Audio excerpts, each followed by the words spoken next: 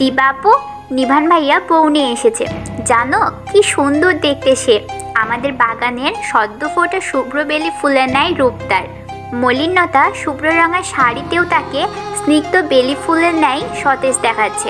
এসো এসো, দেখবে কি সুন্দর দেখতে সে, তোমার থেকেও আরো বেশি, খুব খুব সুন্দর একটা জীবন্ত বেলি ফুল সে। কথাগুলো এক নাগারে বলে চঞ্চল পায়ে চলে গেল মৌনতা। সেদিকে এখনো নিষ্পলক নজরে তাকিয়েছে দিবা। মেয়েটা এগুলো কি বলে গেল?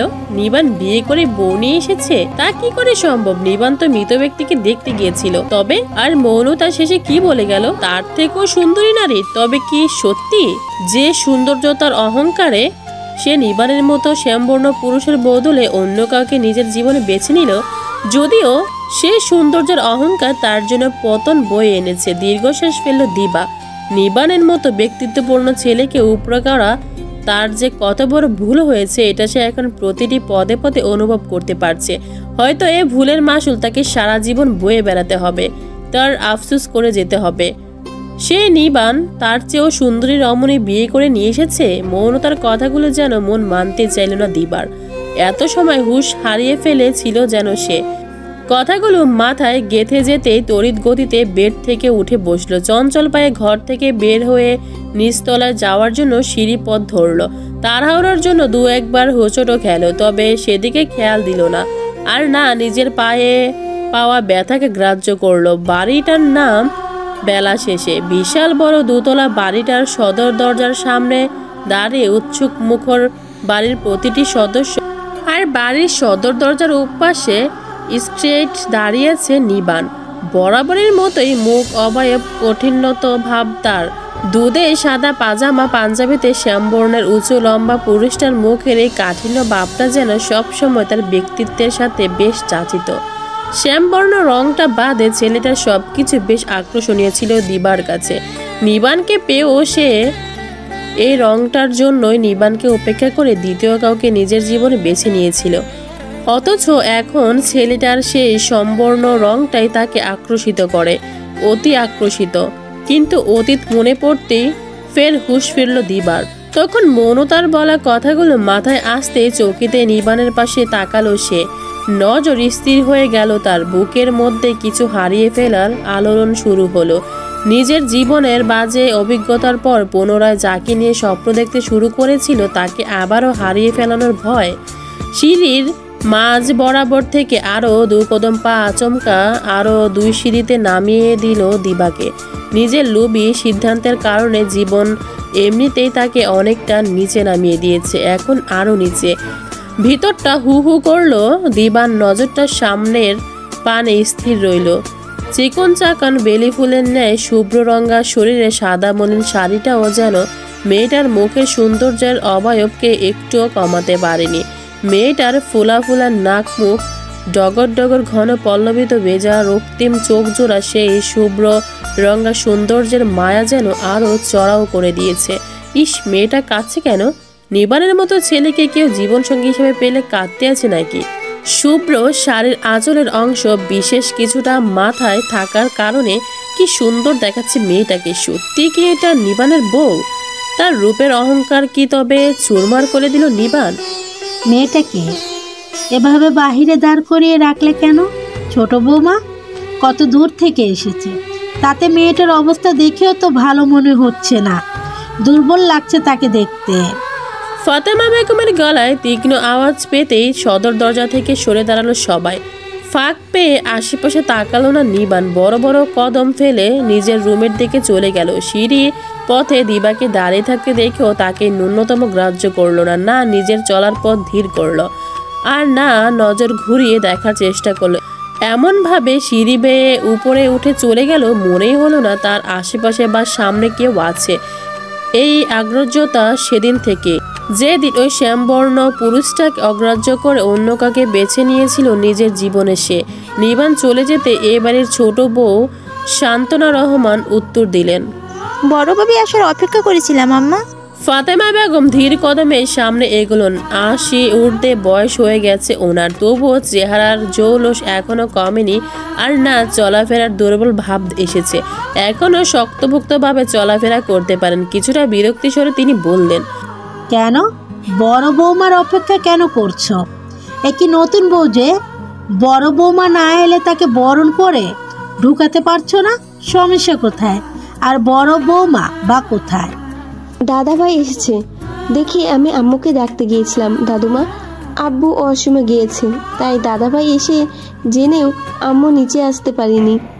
এবারের বড় মেয়ে মান্যতা দাদিমার কথার উত্তর দিয়ে দিল। দীর্ঘশ্বাস ফেললেন ফাতেমা বেগম।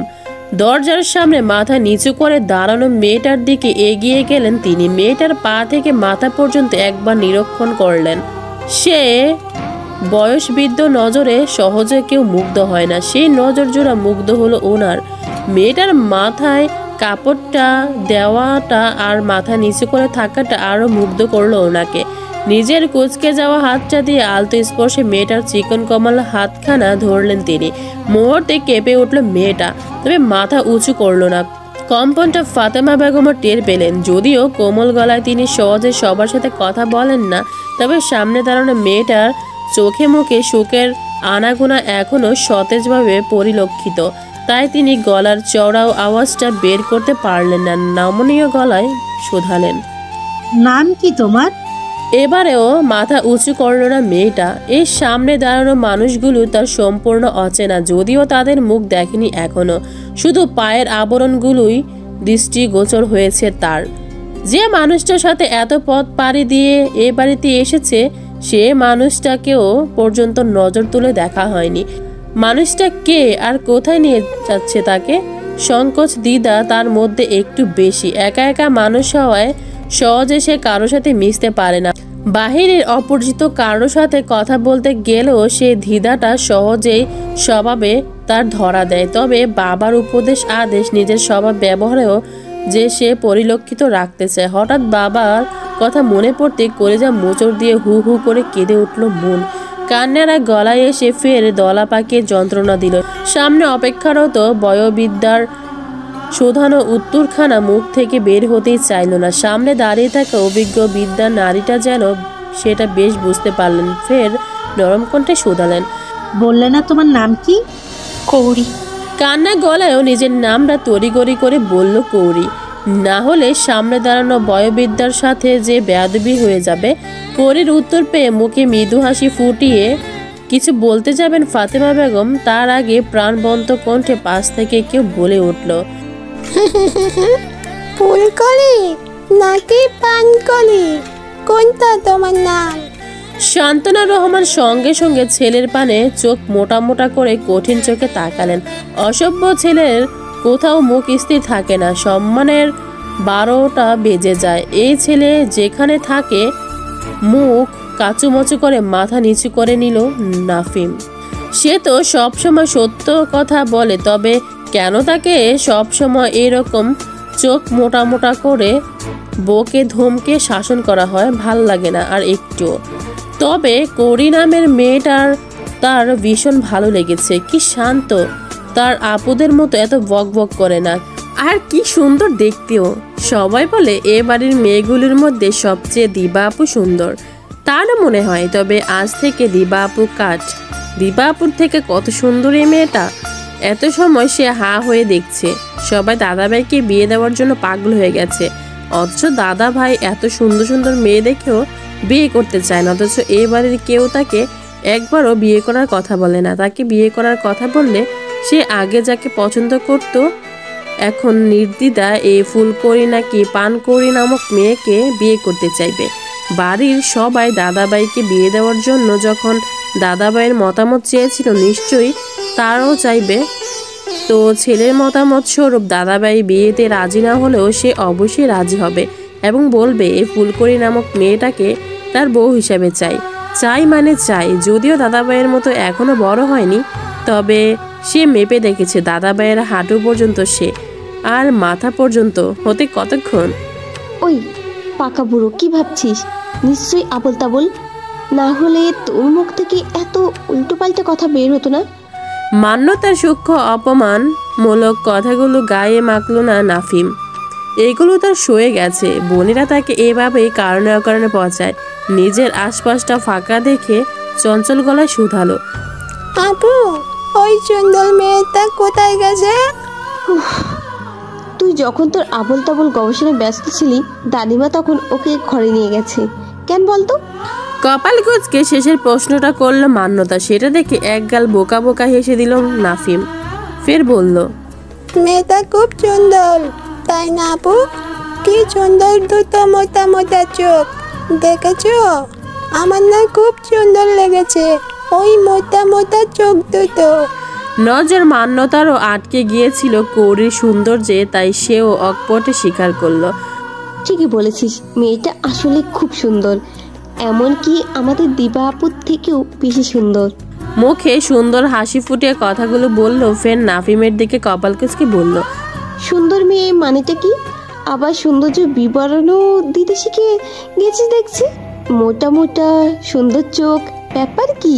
কথাগুলো বলতে বলতে নাফিমের কান চেপে ধরলো মান্যতা। চোখ পাকে তাকাতেই নাফিম মুখ ভার করে বলল, সুন্দর মেয়ে মানে সুন্দর মেয়ে, আমার তাকে খুব পছন্দ হয়েছে, তো আমি কি করব? খুব পেকে গেছো। এই বয়স কত তোর? কেন, তুমি জানো না? সেদিন তোমরা সবাই মিলে আমার 11তম জন্মদিনের উইশ করলে আমাকে, এখন আবার না জানার লং ডং করছো? মান্যতা কথার কথা বলেছিল, কিন্তু এই ছেলে যে মহা শিয়ানা এটা মাথায় ছিল না তার। কান ছেড়ে দিয়ে চোখ পাকিয়ে ফের বলল, খবরদার, ওই মেয়েকে একটু বিরক্ত করবি না। মেয়েটার বাবা মারা গিয়েছে, তাতেই মেয়েটার শরীর মন দুটোই খারাপ, বুঝলি তো? হঠাৎ চঞ্চল ছেলেটা শান্ত বাচ্চা হয়ে গেল। সেটা থেকে মান্যতা মৃদু হেসে নাফিমের হাতটা নিজের হাতে জড়িয়ে নিয়ে বলল, চল দেখে আসি মেয়েটা কি করছে। তোর মতো আমারও না ওকে খুব ভালো লেগেছে। নাফিম ও বোনের কথায় সায় দিয়ে মান্যতাকে অনুসরণ করলো। দিবা এখনো সিঁড়িতে দাঁড়িয়ে। আগে মৌনতা প্রশংসা বাণী, এখন মান্যতারও অতিরিক্ত প্রশংসা। যদিও নিজে চোখে দেখেছি, তবে গৌরীর প্রশংসা শুনতে একটু ভালো লাগলো না তার। মুহূর্তে যে সৌন্দর্যে সবাই বিমোহিত হলো, নিবান কি মেয়েটাকে মোটেও দেখেনি? যদি দেখে থাকে তবে সবার মতো সেও সেই সৌন্দর্যে আকৃষ্ট হয়ে পড়লো না তো? মনটা হাঁসফাঁস করে উঠল দিবার। ঘাড় ঘুরিয়ে উপরতলার কাঙ্ক্ষিত রুমটার দিকে তাকালো সে। খোলা দরজায় লাগানো আভিজাত্যপূর্ণ স্বর্ণালী পর্দাগুলোর স্থিরতা ছাড়া আর কিছুই নজর পড়ল না তার। সরি আপু, তখন তোমাকে ভুল কথা বলার জন্য, কিন্তু আমি মিথ্যা বলিনি। আম্মু যেটা আমাকে বলেছে সেটাই বলেছি আমি। কাল থেকে দাদাভাইকে বাড়িতে না দেখে আম্মুকে যখন জিজ্ঞেস করলাম দাদাভাই কোথায় গেছে, দাদাভাইকে দেখছি না কেন, আম্মু তখন বলেছে দাদাভাই বিয়ে করে বউ আনতে গেছে। কিন্তু আম্মু যে তখন কথাটা রাগ করে বলেছিল এটা আমি বুঝতে পারিনি। মুখে হাসি ফুটতে না চাইলেও জোর করে মুখে হাসি ফোটানোর চেষ্টা করলো দিবা। ফের সচ্ছলন মৌনতার কাচুমাচু মুখের দিকে কিছুক্ষণ তাকিয়ে থেকে বলল, ঠিক আছে পাগলি, আমি কিছু মনে করিনি। তুই কোথায় যাচ্ছিলি? যা। চলে গেল মৌনতা। মৌনতা বয়সে ছোট হলো, বরাবর বাড়ির প্রতিটি ব্যক্তির বিষয়ে তার কৌতূহল বেশি। কে কোথায় গেছে, আজ বাড়িতে কে নেই কেন, কার মন খারাপ কেন, কি হয়েছে তার, কে খেয়েছে না খেয়েছে, তবে খায়নি কেন, ক্লাস 7-এ পড়লো, মেয়েটার এসব বিষয়ে খেয়াল দেন একটু বেশি। ছোট মামি হয়তো কাজে ব্যস্ত ছিল, সেই ব্যস্ততার মধ্যে গিয়ে মেয়েটা হয়তো বারবার জিজ্ঞেস করছে দাদাভাই কোথায়। তাই হয়তো উত্তরস্বরূপ এমন কথাই বলে দিয়েছেন মামি। দীর্ঘশ্বাস ফেললো দিবা। তবে নিবান মেয়েটাকে বউ করে না নিয়ে আসলো সবার মতো নিশ্চয়ই মেয়েটার সৌন্দর্য আকৃষ্ট হয়েছে। আর সে আকৃষ্টতার সম্পর্ক তৈরি হতে কতক্ষণ? ভাবনাটা মাথায় আসতে মুহূর্তে পা চালিয়ে উপরে সে কাঙ্ক্ষিত রুমটার দিকে পা বাড়ালো দিবা। যদিও উপেক্ষা আর অপমান ছাড়া সেই মানুষটার থেকে কিছুই মিলবে না, তবুও তার যে নিজের মনে চলা প্রশ্নের উত্তরে বিহিত চাই, না হলে যে খাওয়া ঘুম হারাম হয়ে যাবে তার। রুমটার সামনে এসে বুঝতে পারলো দরজাটা খোলা। নিস্তব্ধতায় ঘেরা শুনশান রুমটার ভিতরে পা রাখার আগেই গম্ভীর বজ্রকণ্ঠে কঠিন ভাষায় আওয়াজ এলো, কার অনুমতি নিয়ে রুমে ঢুকতে যাচ্ছিলি? যেখানে দাঁড়িয়ে আছিস সেখানেই থেমে যা। কিছু বলার থাকলে সেখান থেকেই বল, না হলে get out from my room. বাড়িটা তোর মামুর হলেও রুমটা আমার। সেখানে প্রবেশ করতে গেলে অবশ্যই নিভান আউসাফ আহমেদের অনুমতি লাগবে। পুরুষালী গলার কাঠিন্য আওয়াজে বুকের ভিতর কম্পন শুরু হলো দিবার। পর্দার এপাশ থেকেও নিবানের শক্তপোক্ত চোয়াল না দেখে অনুভব করতে পারলো সে, তবুও নিজেকে যত সম্ভব স্বাভাবিক রেখে কাপা গলায় বলল, এত কড়াকড়ি কিন্তু আগে সে ভেবেছিল না আমার সাথে। Past is past. অতীতের প্রভাব নিভান আওসাফ আহমেদ সহজে তার বর্তমান লাইফে আঁচ ফেলতে দেয় না। সেটা নিয়ে ঘাটাঘাটি করা ও তার স্বভাব নয়। যে থুতু সে একবার মুখ থেকে উগড়ে ফেলে দিয়েছে, সেই থুতু কোথায় গিয়ে পড়ল তা দেখা তো দূর, সেটা মারানোর সময়ও নিভান আওসাফের নেই। So out. আর দ্বিতীয়বার এই রুমে প্রবেশ করার কথা মাথাতে আনার আগেও 10 বার চিন্তা ভাবনা করে নিবি, নয়তো নিভান আওসাফ আহমেদকে তো তোর চেনা আছে। দিবা এখনো থুতেই আটকে আছে। নিবান তাকে থুতু এর সাথে তুলনা করলো। যে মেয়েটাকে এক সময় সে নিজের জীবন সঙ্গী হিসেবে পেতে চেয়েছিল, সে মেয়েটাকে এত বাজেভাবে অপমান করতে পারলো সে। মুহূর্তে টানা টানা চোখ জোড়া ভরে উঠল দিবার। হয়তো এই বাজেভাবে অপমানটা তার যথাযথ প্রাপ্য ছিল। আর না এক মুহূর্ত এখানে থাকতে ইচ্ছে করলো না। পা চালিয়ে নিজের ঘরে গিয়ে কাঁদতে মন চাইল। তবে সে কাঙ্ক্ষিত প্রশ্নটা যে এখনো বাকি। অপমান যখন গায়ে মেখেছে, আরও একটু না হয় মাখলো, কিন্তু নিবানের কাছ থেকে প্রশ্নটার ভালো মন্দ উত্তর না নিয়ে যাওয়া পর্যন্ত যে তার শান্তি মিলবে না। পরপর কয়েকবার ঢুক গিলে কান্না আটকানো গলাটা স্বাভাবিক করে নেওয়ার চেষ্টা করলো দিবা। ফের নিবানকে উদ্দেশ্য করে শুধালো, তুমি মেয়েটাকে দেখেছ? তুমিও নিশ্চয়ই মেয়েটার সৌন্দর্যে বিমোহিত হয়ে গেছো, তাই না? দিবার ইঙ্গিত মুহূর্তেই বুঝে আসলো না নিবানের গম্ভীর গলার স্বর, তবুও হঠাৎই আপনা আপনি মুখ থেকে বের হয়ে গেল, কে? যে মেয়েটাকে তুমি নিয়ে এসেছো, কৌরি। মধ্য দুপুর, অথচ বিধ্বস্ত আকাশটা এমন মেঘের ঘন ঘটায় ঢেকে আছে, মনে হচ্ছে সূর্যটা ডুবে গিয়ে সন্ধ্যা নাম নাম ভাব। নামি দামি জিনিস দিয়ে সাজানো গোছানো বড়সড় রুমটার এক পাশের দেয়াল জুড়ে বিধ্বস্ত জানালা, আর সে জানালার পাশে জড়সড় হয়ে বসে মেঘাচ্ছন্ন আকাশের অসময়ের রং বদল দেখে চলেছে কৌরি। তার জীবনের সমীকরণটাও ঠিক আজকের আকাশের মতো। জীবনটা তার মধ্যে দুপুরও গড়ায়নি, অথচ অসময়ের মেঘের ঘনঘটায় সে দুপুরটা ভর সন্ধ্যা রূপে ধরা দিল কৌরির জীবনে। দুপুরের মেঘে ভরা আকাশটা দেখে জীবনের মধ্য দুপুরটা কালো অন্ধকারাচ্ছন্ন সন্ধ্যাবেলার মতো বলে অন্তত মনে হচ্ছে কৌরির। না হলে কত সুন্দর দিনগুলো যাচ্ছিল তার। মা ছিল না, অথচ দাদি আপা আর বাবাকে নিয়ে কত সুন্দর দিনগুলো পার হয়ে যাচ্ছিল তার। আর সেই সুন্দর দিনগুলোর ক্ষান্ত তার জীবনের মধ্যে দুপুর আসার আগে সমাপ্তিরূপে পরিণয় নিল। দুপুর পার হলো, অথচ তার জীবনে সন্ধ্যা নেমে গেল। নিজের আপনজন পরিচিত সবকিছু ছেড়ে অন্যের আশ্রিতা হয়ে গেল সে। অন্যের আশ্রিতা হয়ে যেতে হলো তাকে। জীবনটা তার এমন রূপ কেন হলো? মায়ের ভরপুর আদর শাসনটা ঠিকঠাক মতো পাওয়া হলো না। তার আগে মা চলে গেলেন, তবুও বাবার আদর ভালোবাসায় তো খুব ভালো ছিল। তবে কেন জীবনের মধ্যে দুপুরটা গড়ানোর আগে এখন আবার বাবাও তাকে একা করে মায়ের কাছে চলে গেলেন? বাধ্য হয়ে মায়ের মতো আদর মমতায় মুড়িয়ে রাখা দাদি আপাকেও ছেড়ে চলে আসতে হলো তাকে। এ কেমন নিয়তির শিকলে বাধা পড়ল সে। কালো মনির ডগর ডগর সুন্দর নয়ন যোগলের কার্নিশ বেয়ে আপন মনে আবারও একদল অশ্রু বয়ে চলে গেল। ঘন পল্লবগুলো ভিজে দলা বেঁধে গেল, অথচ কৌরি চোখের পলক ফেলল না। অপলক দৃষ্টিতে তাকিয়ে রইল মেঘমালায় ডুবে থাকা আকাশ পানে। বাবা মায়ের একমাত্র সন্তান কৌরি। বাবা আহসান হাবিব এবং মা জেবানাহারের বিদ্যা বয়সের সন্তান সে। কৌরির বাবারা হলেন 5 ভাই। সবার বড় হওয়া সত্ত্বেও সন্তান জন্মদানের ক্ষেত্রে তিনি ছোট চাচারও শেষে। তার জন্য নাকি কম ব্যঙ্গাত্মক কথা শুনতে হয়নি ওনাকে। কিন্তু শেষ বয়সে সন্তান লাভে থোড়ায় না ওনাদের দোষ ছিল। সন্তান দেওয়া নেওয়ার মালিক তো আল্লাহ, তিনি সেই বিশেষ রহমত স্বরূপ। সন্তান সুখ কখন একজোড়া দম্পতিকে দেবেন সেটা শুধু তিনিই জানেন। অথচ সে মহান স্রষ্টার সিদ্ধান্ত মেনে না নিয়ে না বুঝে কত মানুষ কত উপহাস করে বসে, উপহাস্য স্বরূপও দেখে। প্রথম বয়সে একটা সন্তান লাভের আশায় কত ডাক্তার কবিরাজের শরণাপন্ন হয়েছিলেন ওনারা। দুজন কারো কোনো সমস্যা না থাকা সত্ত্বেও যৌবন বয়স গড়িয়ে যাওয়ার এক পর্যায়েও সন্তান লাভে সক্ষম হয়নি ওনারা। একটা সময় শেষমেশ হাল ছেড়ে দিয়ে আল্লাহর উপর অবিচল হলেন, ভরসা করলেন তিনি দিলে দিবেন, না দিলে তো আর ওনাদের হাতে কিচ্ছু নেই। বাবার বয়স 40-এর অধিক গড়িয়ে যাওয়ার পর হঠাৎই একদিন কৌরির পৃথিবীতে আসার সুখবর পেলেন যে ওনারা সন্তান সুখ লাভ করতে চলেছেন।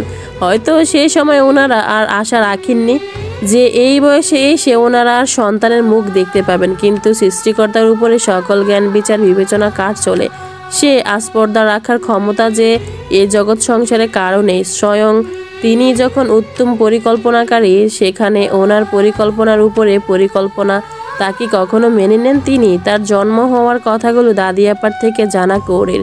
জীবন থেকে নির্দিষ্ট সময়ের অধিক সময় চলে যাওয়ার পর যখন সন্তান জন্ম দিতে সক্ষম হলেন মা, তখন তার আয়ুটা কমে এলো। কৌরিকে জন্ম দিতে গিয়ে তিনি নিজের জীবনটা বিসর্জন দিলেন, জীবনের বিনিময়ে জীবন দিয়ে গেলেন। তারপর ছোট্ট কৌরিকে মানুষ করার জন্য বাবা আর বিয়ে করেননি। দাদি আপা বলতেন, তোর মা মরার পর তোর বাপের কত সাধলাম, একখান বিয়ে কর বাপ, না হলে এই দুধের শিশু মানুষ করব কি করে, আর বুড়ো বয়সে বা তোরে দেখবো কে? কিন্তু কে শোনে কার কথা? তোর বাপ কিছুতেই আমার কথা শুনলো না। বিয়ের কথা কইলে তোর বাপে কইতো কি জানিস ছেড়ি? আমার মেয়ের মা লাগবে না মা, আমি আমার মেয়ের আব্বা আম্মা দুজনই হয়ে আমার মেয়েকে আদর যত্ন দিয়ে মানুষ করতে পারবো। তাই বলে আমার সোনাটুকরো রত্নাটাকে আমি সৎমা নামক কারোর হাতে তুলে দিয়ে অবহেলার পাত্রী হতে দিতে চাই না। কত বুঝাইলাম, অথচ তোর বাপে কানেই তুললো না আমার কথা। তবে তোর বাপের কথা মতো সে ঠিক তোরে আদর যত্ন কইরা আগলাইয়া বড় কইরা তুললো, একটু আঘাত ছুতে দেয় নাই তোরে কোনো দিন। বেটা মানুষ হইয়াও কি সুন্দর তোরে সামলাইলো। তোরে একখান কথা কই বুবু, আমি মরার পর তোর বাপের আদর যত্নে করার লোক আর নাই, বুঝলি? দুনিয়াটা বড়ই স্বার্থপর, এখানে নিঃস্বার্থভাবে মায়া দয়া ভালোবাসা দেখানোর মানুষ খুব অভাব। তাই তুই যেখানেই থাকোস তোর বাপেরে একটু আমার মতো করে আদর যত্ন করিস। মা বাপের মতো নিঃস্বার্থভাবে কেউ আদর যত্ন করতে পারে না, ওরকম আর কেউ হয় না, বুঝলি? কেউ হয় না। চোখ বুজে ফেললো কৌরি, হর হর করে আবারও দু চোখের কার্নিশ বেয়ে নামলো নোনা জল।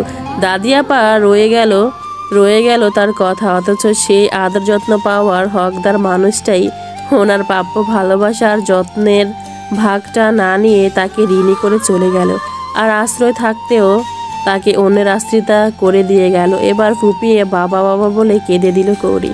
কেন তার আপনজনগুলো একে একে এভাবে তাকে নিঃস্ব করে দিয়ে চলে যাচ্ছে? দুহাতে গ্রিল চেপে ধরে তৃষ্ণার্ত পাখির ন্যায় আকাশের দিকে ফিরে ওই বিশালত্ব ছাপিয়ে যাওয়া আকাশের মালিকের কাছে কাতর স্বরে অভিযোগ জানালো, ও মাপু, তোমার দয়ার নজর কেন আমার উপর একটু সুস্পর্শ করনি? আমাকে কেন এতটা অসহায় করে দিলে? কেন? কাঁদতে কাঁদতে হেঁচকে উঠে গেল কৌরির, গলা দিয়ে আর কথা বের হতে চাইল না। মাথা নুয়ে দু হাতের মুঠে গ্রিল চেপে ধরল কৌরি। ফের বাবার দেওয়া উপদেশ এর কথা মনে পড়লো। বাবা সবসময় তাকে বলতেন, যত বিপদ আসুক আপদ আসুক দুঃখ কষ্ট হোক, কখনো সৃষ্টিকর্তার ওপর অসুস্থ প্রকাশ করব না, বরঞ্চ তার কাছে আর্জি জানাবো, ধৈর্য ধরবে, তার ফলস্বরূপ সৃষ্টিকর্তা তোমাকে আরো ভালো কিছু দেবেন। মাথা নুয়ে চোখ বন্ধ থাকা অবস্থায় আবারও ফুপিয়ে কেঁদে দিল কৌরি। ফের বিড়বিড় করে বলল, ও মাবুদ, তোমার সিদ্ধান্তে সন্তুষ্ট না থাকার কারণে আমাকে ক্ষমা করো। সব কিছু সয়ে নেওয়ার জন্য আমাকে ধৈর্য দাও। মাথায় স্নেহের পরশ পেতে মুখ উঁচু করে তাকালো কৌরি। ঝাপসা দৃষ্টিতে সুন্দর হাস্যজল একখানা মুখ নজরে পড়লো তার। পরিপাটি করে শাড়ি পরা, খুব সুন্দর দেখতে, মাঝবয়সী এক ভদ্র মহিলা। কে উনি? উত্তর সামনে হাঁটু মুড়ে বসা ভদ্র মহিলাই দিয়ে দিলেন, তুমি যার আদেশে এই বাড়িতে আসতে বাধ্য হয়েছ, আমি ওনার কর্ত্রী। তোমার আঙ্কেলকে দেখলেও আমার সাথে দেখা হয়নি কখনো তোমার, তাই আমাকে চিনবে না। কৌরি বেজা চোখে চেয়ে থাকলো সে সৌন্দর্যের ভরপুর লাবণ্যময়ী মাঝবয়সী নারীর পানে। যে পরিচয়টা দিলেন ভদ্র মহিলা, সেই হিসাবে বয়সের সামান্য আঁচও পড়েনি এখন ওনার চেহারায়। সামনে বসা ভদ্র মহিলা কৌরির বেজা চোখ মুখের দিকে তাকিয়ে দীর্ঘশ্বাস ফেললেন। হাত উঠিয়ে মমতা মেয়ে স্পর্শে কৌরির চোখের পানি মুছে দিতে দিতে বেশ মায়া মায়া কণ্ঠে আদুরি স্বরে বললেন, তুমি সেই কখন এসেছো, অথচ তোমার কাছে আসতে আমার কত দেরি হয়ে গেল দেখলে? এভাবে মেঝেতে বসে আছো কেন? অসুস্থ হয়ে পড়বে তো। আর কান্নাকাটি করে এত সুন্দর চোখ মুখের কি অবস্থা করে ফেলেছো তুমি, এটা কিন্তু একদম ঠিক নয়। তুমি এভাবে কান্নাকাটি করলে সেখানে ভালো থাকতে পারবেন তোমার বাবা? কি করে ভালো থাকবে বলো তো? তার আদরের একমাত্র মেয়ে যদি এভাবে কেঁদে কেটে অস্থির হয়ে পড়ে, আল্লাহ যে তাকে দায়ী করবেন, আর তিনি তোমার চোখের পানির দায়ী হলে কখনো ভালো থাকতে পারবেন? কান্নাকাটি করো না মা, যদি কান্নাকাটি করার হয় নামাজে দাঁড়িয়ে আল্লাহর কাছে কান্নাকাটি করো, বাবার জন্য দোয়া করো, তাতে বরঞ্চ আল্লাহ খুশি হবেন। আর একদম কান্নাকাটি নয়, আমরা আছি তো, এই যে আমি তোমার বড় মা, আমি আছি তো। ফুপিয়ে কান্না থামলেও চোখ দিয়ে পানি পড়া বন্ধ হয়নি কৌরির। সামনে বসা মমতাময়ীর আদরের কথার কান্নার যেন আরও ভিতর থেকে উগলে ভেঙে এলো তার। সেটা দেখে সামনে বসা নিহারিকা বেগম সঙ্গোপন দীর্ঘশ্বাস ফেললেন, ফের প্রসঙ্গ পাল্টাতে বললেন, তুমি সেই কখন এসেছো অথচ এখনো পোশাক পাল্টাওনি, সেই বেশি বসে আছো। শরীর খারাপ করবে তো, এভাবে থাকলে অসুস্থ হয়ে পড়বে তো। মা উঠো, গোসল সেরে নিবে। নিশ্চয়ই কান্নাকাটি করে মাথা ধরিয়ে ফেলেছো, তার উপর কত পথ জার্নি করে এলে, আর একটুও কান্নাকাটি নয়, উঠো। উঠে দাঁড়ালেন নিহারিকা বেগম, মুখে তাড়া দিতে থাকলো, হাত থেমে নেই ওনার। হাত ধরে কৌরিকে উঠে দাঁড় করালেন, সঙ্গে সঙ্গে কপাল কুঁচকে গেল ওনার। বাচ্চা মেয়েটার এরকম সাদা শাড়িতে কেন? গ্রামের মেয়েরা সে পুরানো যুগের মতো এখন তো আর শাড়ি পরে না, আধুনিকতার ছোঁয়া তো এখন আর শুধু শহরতলিতে সীমাবদ্ধ নেই, স্মার্টফোন এসে তা গ্রামের প্রতিটি ঘরে ঘরে ছড়িয়ে পড়েছে। আর না কৌরির বিয়ে হয়েছে, তবে এমন ধারার সাদা শাড়ি পরা কেন মেয়েটার? বাবা মারা গিয়েছে তাই এরকম কোনো প্রচলন আছে কি? তুমি এইরকম পোশাকি কেন, তাও আবার সাদা শাড়িতে? নিজের দিকে তাকালো কৌরি, আচমকা কাল সন্ধ্যাবেলার চিত্র বেসে উঠল মানসপটে। সে শাড়ি পরে এমনটা নয়, বাবার সাথে তার বন্ডিংটা ছিল খুবই ভালো। ভালো মন্দ সব কথা বাবাকে না বলা গেলেও নিজের জীবনের নিত্যকার অধিকাংশ কথা বাবাকে বলতে স্বাচ্ছন্দ্য বোধ করত কৌরি। বাবাও তার কথা মনোযোগ দিয়ে শুনতেন আর ভালো মন্দ আদেশ উপদেশ দিতেন। তিনজনের সংসারে বাবার ছিলেন দুই মা, আর এই দুই মায়ের মধ্যে সবসময় বাবার কাছে ভালো সাজার দণ্ডতা চলতো। সেটা ভালো মন্দ সাজে হোক বা একে অপরের বিরুদ্ধে নালিশে, যদিও বা সেটা তাকে ভালোবাসার দাদি আপার একটা অন্য পন্থা ছিল, সেটা কৌরি জানতো। তবে বাবার কাছে দেওয়া দাদি আপার সেই মিছিমিছি অভিযোগ নালিশ সালিশিগুলো সে বেশ উপভোগ করত। কাল সন্ধ্যায় দাদি আপাকে রাগাতে ওনাকে খেপাতে সেরকম একটা মজা করেছিল কৌরি। সন্ধ্যার নামাজের পর দাদি আপা যখন বসে বসে তসবি গুনছিল, আচমকা দাদি আপাকে রাগাতে দুষ্টু বুদ্ধি সাজালো সে। নিজের পরিহিত সালোয়ার কামিজে পাল্টে আচমকা দাদি আপা সাদা শাড়ি পরলো, সাথে ব্লাউজ পেটিকোটও পরতে ভুলেনি। তাতে দাদি আপা আরও ক্ষিপ্ত হবেন, হাউতাস করবেন। আর নামাজ শেষে বাবা যখন বাড়িতে ফিরবেন তখন তাকে দেখিয়ে নানান অভিযোগ আর নালিশে জড়বেন। যদিও কৌরির জানা সেসব অভিযোগ মিছিমিছি, তবুও কেন জানি না কৌরির দাদি আপার সাথে বাদরামিগুলো করতে বেশ ভালো লাগতো। তবে কালকে দাদি আপা সে নালিশ করার সুযোগই পাননি। নামাজ শেষে ওনার ছেলে আর সুস্থ সমেত বাড়িতে ফেরেননি। সুস্থ মানে বাড়ি থেকে নামাজ পড়তে গিয়েছিলেন, ফিরেছিলেন লাশ হয়ে। মসজিদে মুসল্লিদের বয়ান অনুযায়ী নামাজে সিজদার অবস্থায় বাবা শেষ নিঃশ্বাস ত্যাগ করেছে। তারপর আর নিজে কি পড়া ছিল এটা আর কারোরই খেয়াল হয়নি। তারপরের পরিস্থিতি যা হলো, শাড়ি পাল্টে অন্য কিছু পড়ার সময় পেল কোথায় সে? আচমকা দাদি আপার কথা মনে পড়তে আবারও দু চোখ ভরে উঠল কৌরির। মানুষটা বাবাকে প্রচণ্ড ভালোবাসতো, সাথে তাকেও। সেই বৃদ্ধা মানুষটাকে বাবাকে ওই অবস্থায় দেখে কতটা বিমর্ষ হয়ে পড়েছিলেন সেটা তো কৌরি দেখেছিল। আর তাকে কিভাবে আগলে রেখেছিল সে মানুষটা বাবাকে ছাড়া, তাকে ছাড়া কেমন আছে? কৌরি চলো গোসল সেরে নেবে।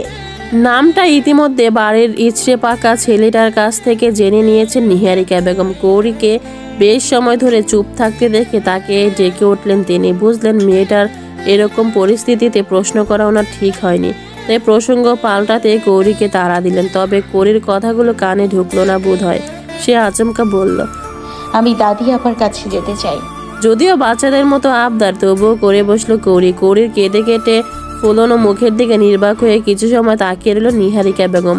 বাড়ির বাচ্চা পার্টি ঠিকই বলেছে, মেয়েটা অদ্ভুত এক মায়াবিনী সৌন্দর্যর অধিকারী, আর এরকম মায়া মায়া কণ্ঠে আবদার করলে ফেলানো যায়? কিন্তু মেয়েটা যার কাছে যাওয়ার আবদার জুড়েছে তারই তো অনুরোধে এখানে আনা মেয়েটাকে। সংগোপনে তপ্তশ্বাস ফেলেন তিনি। ফের কৌরির মাথায় হাত বুলিয়ে দিতে দিতে বললেন, তুমি নিশ্চয়ই জানো তোমাকে এখানে কেন পাঠিয়ে দিতে বাধ্য হয়েছেন তোমার দাদি আপা। তবুও জেনে বুঝে এইরকম আবদার করলে চলবে মা, সব ঠিক হয়ে যাবে। চাচাতো ভাই নামক ওই কুকুরটার হাত থেকে বাঁচানোর জন্য দাদি আপা যে তড়িঘড়ি করে আঙ্কেলের কাছে অনুরোধ জানিয়ে তাকে এখানে পাঠিয়ে দিতে বাধ্য হয়েছেন, এটা করে জানে। বাবা বেঁচে ছিলেন তাই তাকে তুলে নিয়ে যাওয়ার হুমকি দিত বারবার জানোয়ারটা, আর এখন বাবা বেঁচে নেই। হয়তো বিদ্যা দাদি আপার পক্ষেও তাকে আগলিয়ে রাখার স্বাদ থাকলেও শক্তি ক্ষমতা কোনোটাই নেই। আর কথা বাড়ালো না কৌরি। নিহারিকা বেগমের নির্দেশনা অনুযায়ী চুপচাপ গোসল করতে চলে গেল। সেদিকে তাকে দীর্ঘশ্বাস ফেললেন নিহারিকা বেগম। কত সুন্দর ফুটফুটে একটা মেয়ে, কি শান্ত, কি নিষ্পাপ চেহারা, অথচ ভাগ্য তাকে কোথায় এনে দাঁড় করালো।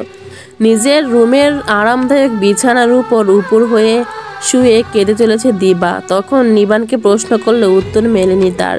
মিলেছে অপমানস্বরূপ মুখের উপর ধরাম করে দরজা লাগিয়ে দেওয়ার উচ্চ শব্দ। দিবা জানতো উত্তর মিলবে না, নিবান তাকে কখনই উত্তর দেবে না। আর উত্তর পাওয়ার জন্য নিজের জেদি রূপটা প্রকাশ করলে পুনরায় নিজের খারাপটা নিয়ন্ত্রণ করে আনা ছাড়া ফলটা ভালো হবে না। বিদায় সেও আর বাড়াবাড়ি না করে চুপচাপ চলে এসেছে। তবে তার শেষের প্রশ্নে নিবান কেন অত সময় ধরে নীরব ছিল, এটাই তাকে বিচলিত করে চলেছে। সে আগের ন্যায় সহজে নিবানের স্বাভাবিক ব্যবহার পাবে না এটাও জানে। তবে চেষ্টা করে চলেছিল তো সে, হয়তো কোনো একদিন সেই চেষ্টা সফল হতো। তবে ওই মেয়েটাকে দেখার পর কেন মনে হচ্ছে সেই চেষ্টা আর কখনো সফল হবার নয়। তবে যাই হোক, সে নিবানকে পুনরায় নিজের দিকে ফিরানোর চেষ্টা করবে।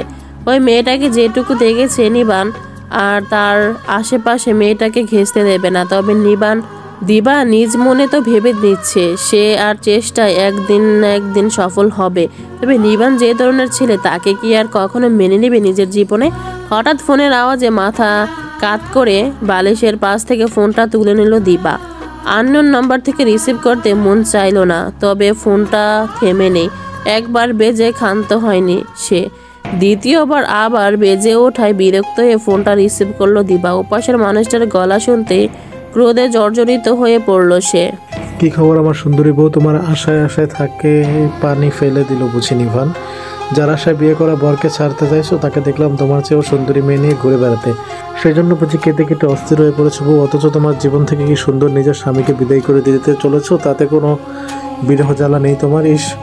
পুরনো প্রেমিকের প্রতি দরদ তোমার কান্নার তো গলা শুনে আমারই বুক জ্বলছে। তবে আমি যদি নিবান হতাম না, তবে সিয়ামের ব্যঙ্গাত্মক কথায় দিবার ক্রোধ আরো দ্বিগুণ হলো। গৌরীকে নিয়ে আসার সময় হয়তো এই ছেলে কোথা থেকে দেখেছে বিদায় তাকে উস্কানোর জন্য এই ফোন কল। সিয়ামের বাজে ইঙ্গিতপূর্ণ কথা শেষ করতে দিল না দিবা। সিয়ামের মুখের কথা কেড়ে নিয়ে দাঁতে দাঁত চেপে কড়া গলায় বলল, একদম আজে বাজে কথা ভুলেও মুখে আনবে না। এই জন্য তো তুমি নিভান নও, আর না তার যোগ্য কখনো হতে পারবে।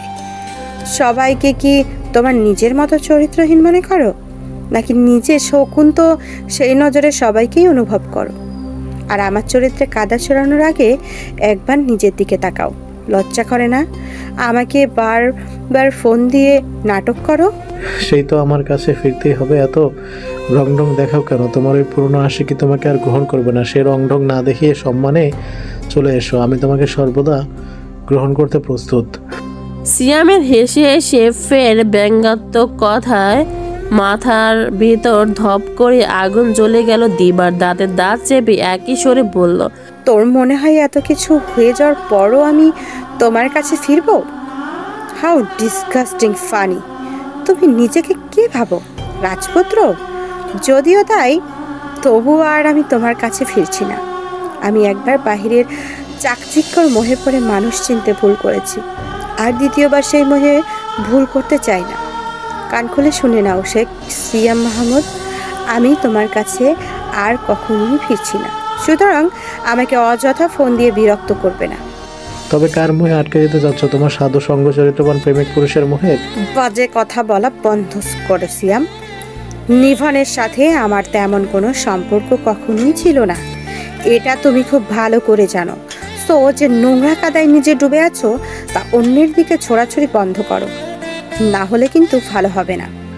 তবে চলে আসছো না কেন? নিভানকে পাওয়ার লোভেই তো পড়ে আছো ওখানে। আবার চরিত্রের ভালো গুণাগুণ শোনো আমাকে তুমি।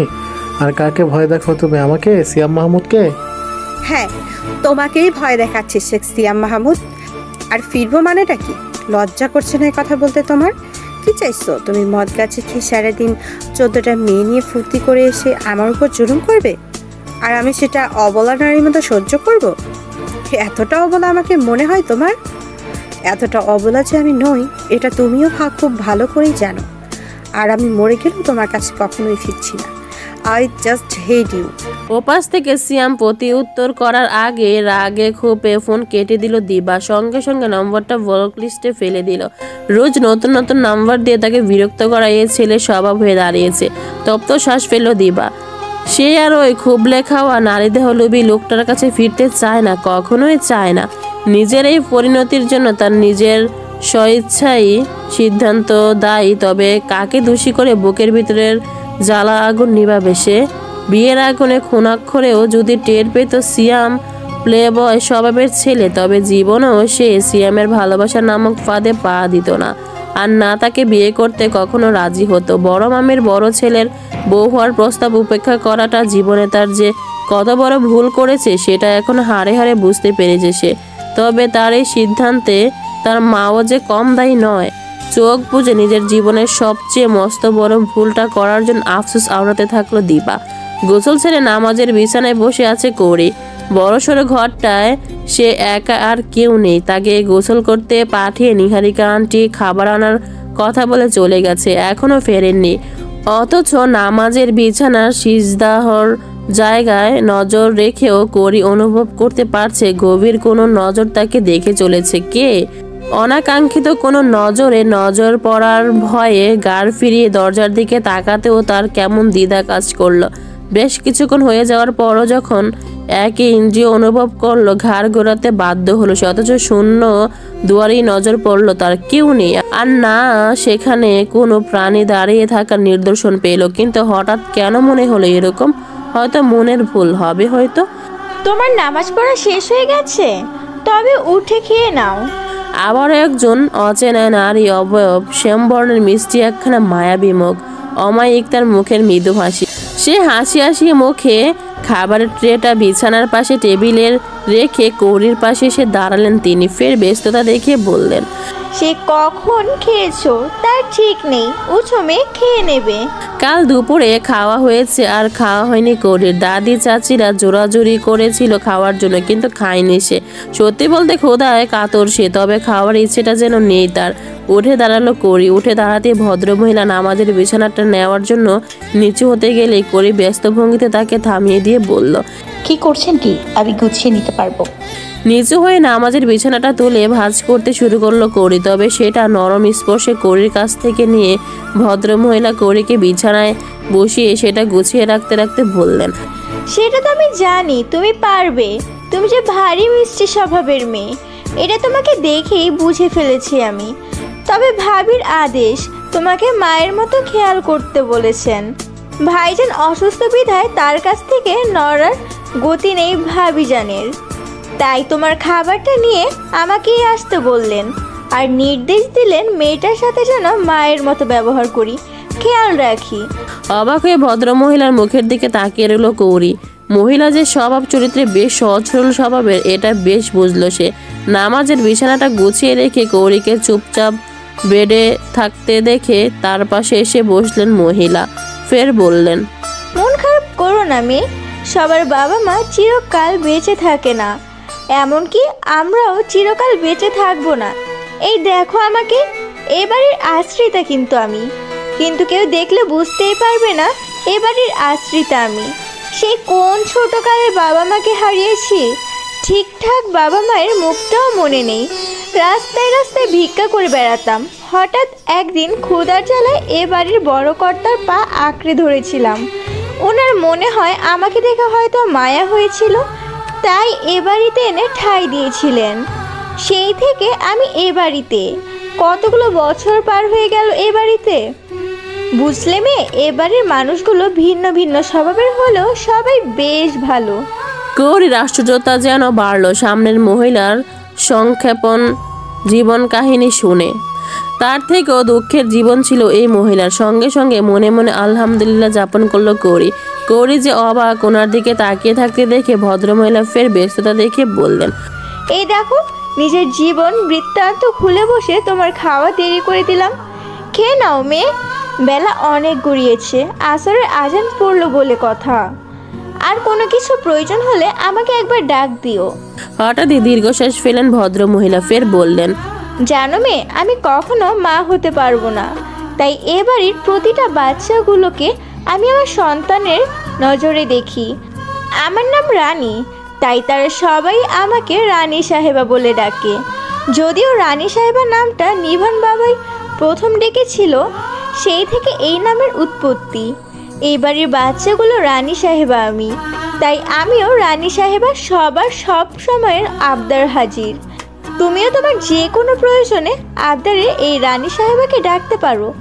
মুহূর্তে ধীর গম্ভীর কণ্ঠের আওয়াজ এলো, রানী সাহেবা, আমাকে এক মগ কফি দিয়ে জানতো।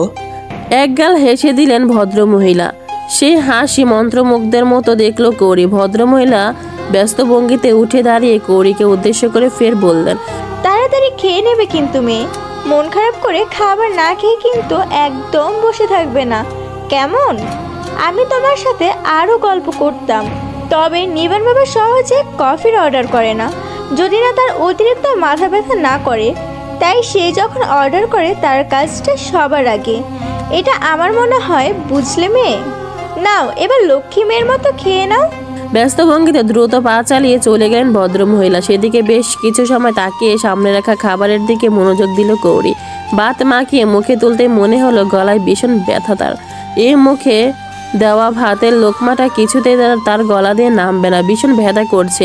মুখ থেকে বাচ্চা বের করার আগে নিজের মুখের সামনে পানি ভরা কাচের গ্লাসটা নজর পড়ল তার। কেউ একজন তার সামনে পানি ধরে দাঁড়িয়ে আছে। গৌরীর একটা বিষমে গোটা বাড়ির লোক এক জায়গায় হয়ে গেল। বিষম লেগে কাঁচতে কাঁচতে গলা দিয়ে রক্ত উঠে যাওয়ার উপক্রম হলো, তবুও কিছুতেই বিষম ছাত্রে চাইল না। তখন ছোট ছোট হাতে নাফিমকে পানি নিয়ে দাঁড়িয়ে থাকতে দেখে গ্লাসটা তার হাত থেকে তড়িঘড়ি করে নিয়ে পানি খেতে গিয়ে এই বিষমের উৎপত্তি, যা এখন রূপ নিয়েছে প্রাণনাশ করা কাশিতে। গৌরীর বিষমের কাশিটা প্রথমে কানে জানে মান্যতার। গৌরীর রুমে এসে দেখে গৌরী অনবরত বুক চেপে কেসে চলেছে।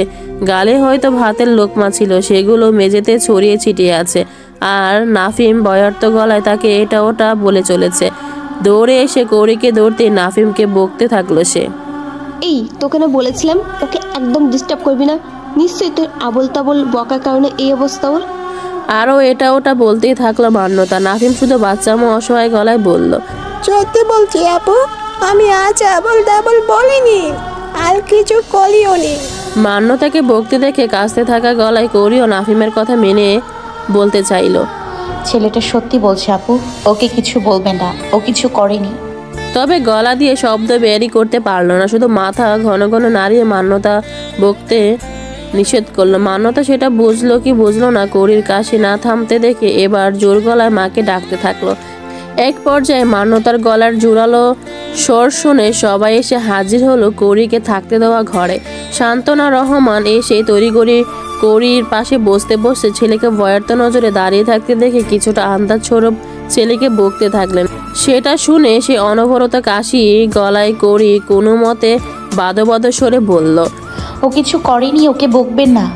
নাফিমকে ছেড়ে গৌরীকে নিয়ে ব্যস্ত হলো সবাই, মাথায় হাত বোলানো, ফের পানি খাওয়ানোর, কোনো কিছুতেই যেন কাশি কমল না গৌরীর। এক পর্যায়ে নিহারিকা বেগম এসে গৌরীকে নিজের সাথে ঝাপটে ধরে তার পিঠের মেরুদণ্ডে মৃদুভাবে হাতের তালু দিয়ে আঘাত করতেই আস্তে আস্তে বিষম ছেড়ে জোরালো কাশি থেকে মৃদু কাশিতে পরিণত হলো গৌরী। ততক্ষণে গলা চিরে রক্ত বের হয়ে গেছে, এখানে ছেড়ে ছেড়ে কেসে চলেছে সে অবস্থায় নিহারিকা বেগমকে শক্তপোক্ত করে দুহাতে ঝাপড়ে ধরে গলা ছেড়ে কেঁদে দিল।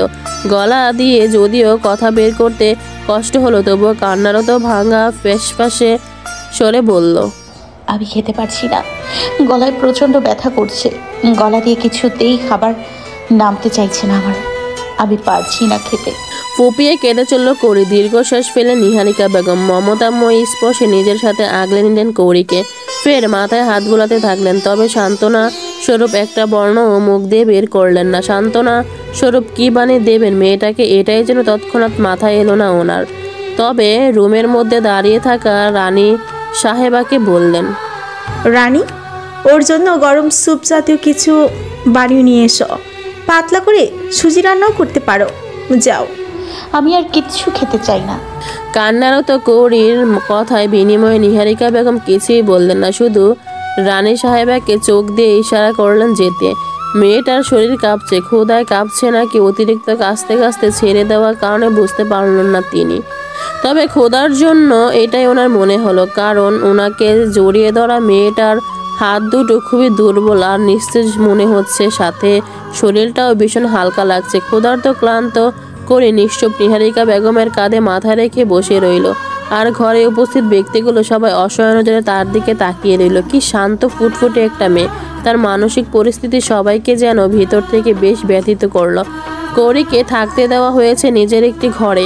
সেই ঘর থেকে বের হয়ে রানী সাহেবা দ্রুত পায়ে কিচেনের দিকে চলে গেলেন, আর তার পিছে ধীর পায়ে বের হলো নাফিম। মাথা নিচু করে ছেলেটা এগিয়ে সিঁড়িপথ ধরল। সে সিঁড়িটার পার করে দোতলার টানা বারান্দায় পা রাখতেই নজরে নজর স্থির মোটা সোটা একজোড়া পার। তড়িৎ গতিতে বুঝতে পারল পা জোড়া কার।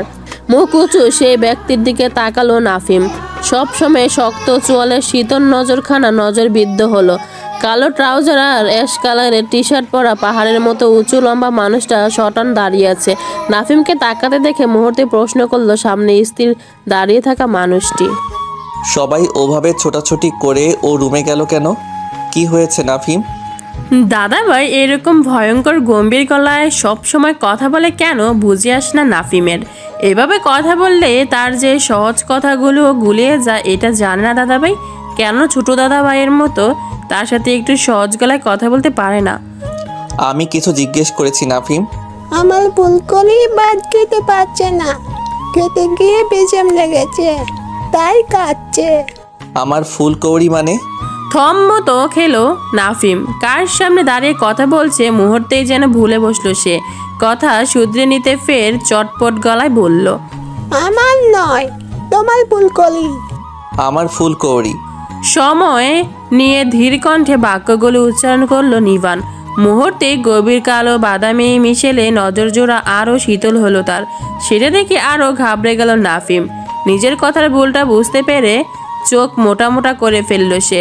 ফের চুপসে যাওয়া গলায় ধীরে ধীরে বলল, আমার ফুলকলি, তোমার ফুলকলি কারো নয়।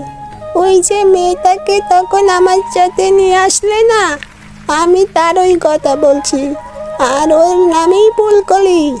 চুপসানো গলায় কথাগুলো কোনো রকমে একটানা বলে ফাঁক ফোকর খুঁজলো কোথা থেকে দৌড় দেবে সে। তবে দাদাভাই নামক পাহাড়ের মতো দেখতে উঁচু লম্বা মানুষটাকে পাশ কাটিয়ে দৌড় দেওয়াও সহজ কথা নয়। তাই নিবানো গলায় ফের নাফিম বলল, দাদাভাই আমি যাই। একটু চমকালো নিভান। যদিও চমকানোর কথা নয়, তবুও গাড়িতে বসা মাথা নিচু করে নিঃশব্দে কেঁদে যাওয়া সে রমণীর কথায় হঠাৎই মনে পড়ে গেল তার। তখন পাশে না তাকিয়ে অনুভব করতে পেরেছিল মেয়েটা কাঁদছে আর সারা পথ কেঁদেছে, এটাও তার অজানা নয়। তবে আশ্চর্যের বিষয় হলো মেয়েটার সাথে তার কোনো প্রকার কথা হয়নি। দাদাভাই যাবো। হাফ ছেড়ে বাঁচলো যেন নাফিম। এক সেকেন্ডও দাঁড়ালো না, দৌড়ে চলে গেল সে। নাফিম চলে যেতে নিজের ঘরটার দিকে এক পলক তাকিয়ে নিজের রুমের দিকে প্রস্থান করলো নিবান। যাবার আগে মৃদুস্বরে একবার আওড়ালো, ফুলকৌড়ি, অদ্ভুত নাম। দোতলার খোলা বারান্দারও মাথায় দাঁড়িয়ে দিবা লক্ষ্য করলো নাফিমের সাথে নিবানের কথা বলাকে। কাছে এগোতেই নিবানের প্রশ্নগুলো না শুনলো, নাফিমের বলা চঞ্চল স্বরের কথাগুলো শুনতে পেল এবং বুঝতে পারলো কার বিষয়ে কথা বলছে নিবান। নিবান মেয়েটার সম্পর্কে খোঁজ নিয়েছে, মন কিছুতেই মানতে চাইল না তার। এ বাড়িতে তো মেয়েটার ভালো মন্দের খোঁজ নেওয়ার অনেক মানুষ আছে, তবে নিবানকে কেন খোঁজ নিতে হবে? খোঁজ না নিলে হচ্ছে না তার? তবে কি মেয়েটার প্রতি ইন্টারেস্ট হয়ে পড়লো নিবান? তবে কি করবে সে? হঠাৎ মেয়েটার কি হয়েছিল? নিহারিকা বেগম ঘরে ঢুকতে বেডের উপর শয়নরত জাহিদ হাসান সাহেব জিজ্ঞেস করলেন। সশব্দে দীর্ঘশ্বাস ছেড়ে স্বামীর কাছে এগোলেন তিনি। পাশ গিয়ে বসতেই বললেন, অতিরিক্ত কান্নাকাটির ফলে গলা ব্যথা করে ফেলেছে, তাই খাবার খেতে গিয়ে গলায় আটকে গিয়েছিল। সেই খাবার গিলবার জন্য তাড়াহুড়ো করে পানি খেতে গিয়ে বিষম লাগিয়েছে। এখন কি অবস্থা? এখন ঠিক আছে, তবে ভাত খেতে পারিনি। পাতলা করে সুজি রান্না করে দিয়েছে রানী, তাই খাইয়ে ওষুধ খাইয়ে দিয়ে আসলাম মেয়েটাকে। ওর ঘুমানো প্রয়োজন। কাল থেকে ঘুমিয়েছে বলে তো মনে হয় না।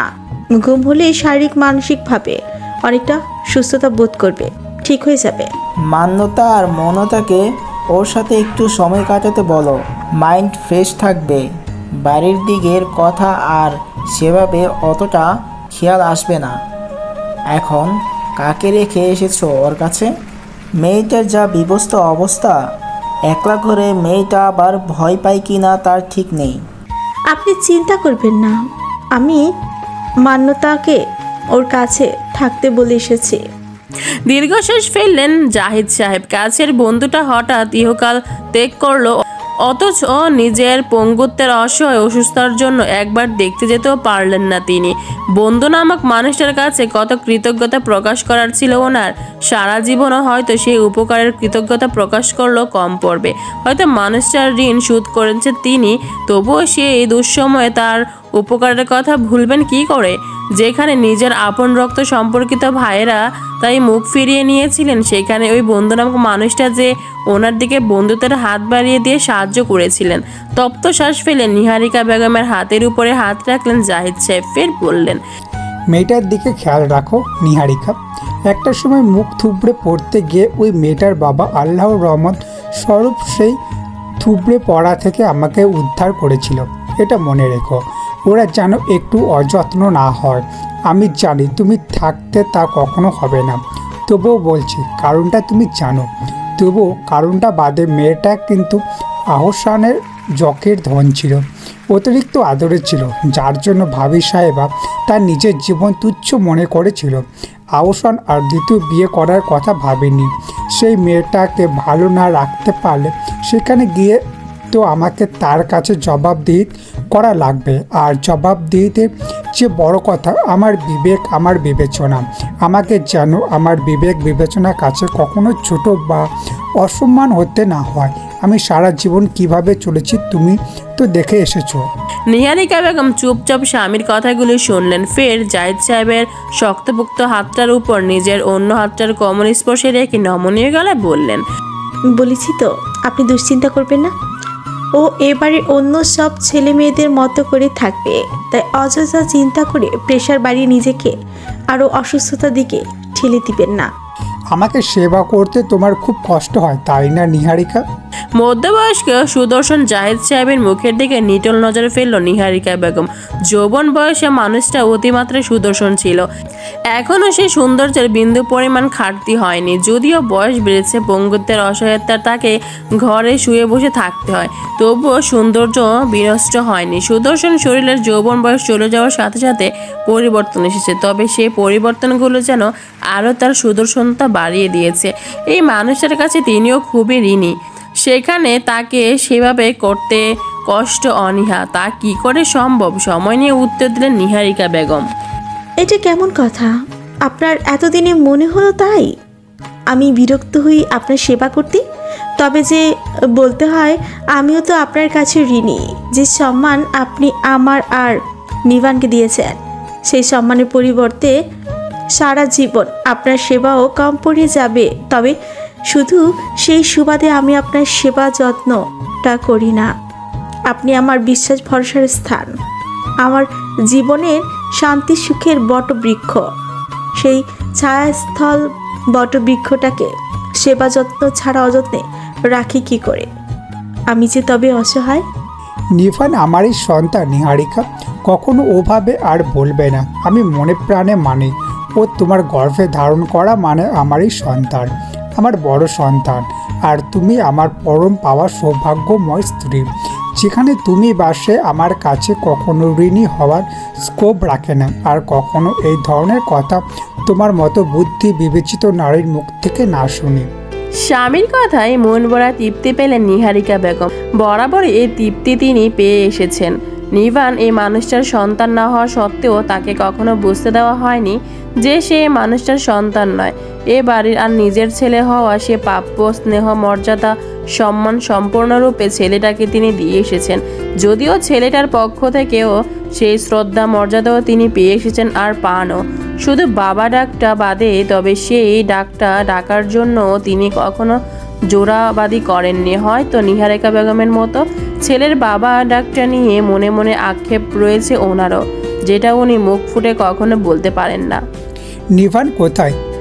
এত পথ জার্নি করে এসে আবার অফিসে গেছে নাকি? এসে তো আমার সাথে দেখা করলো না।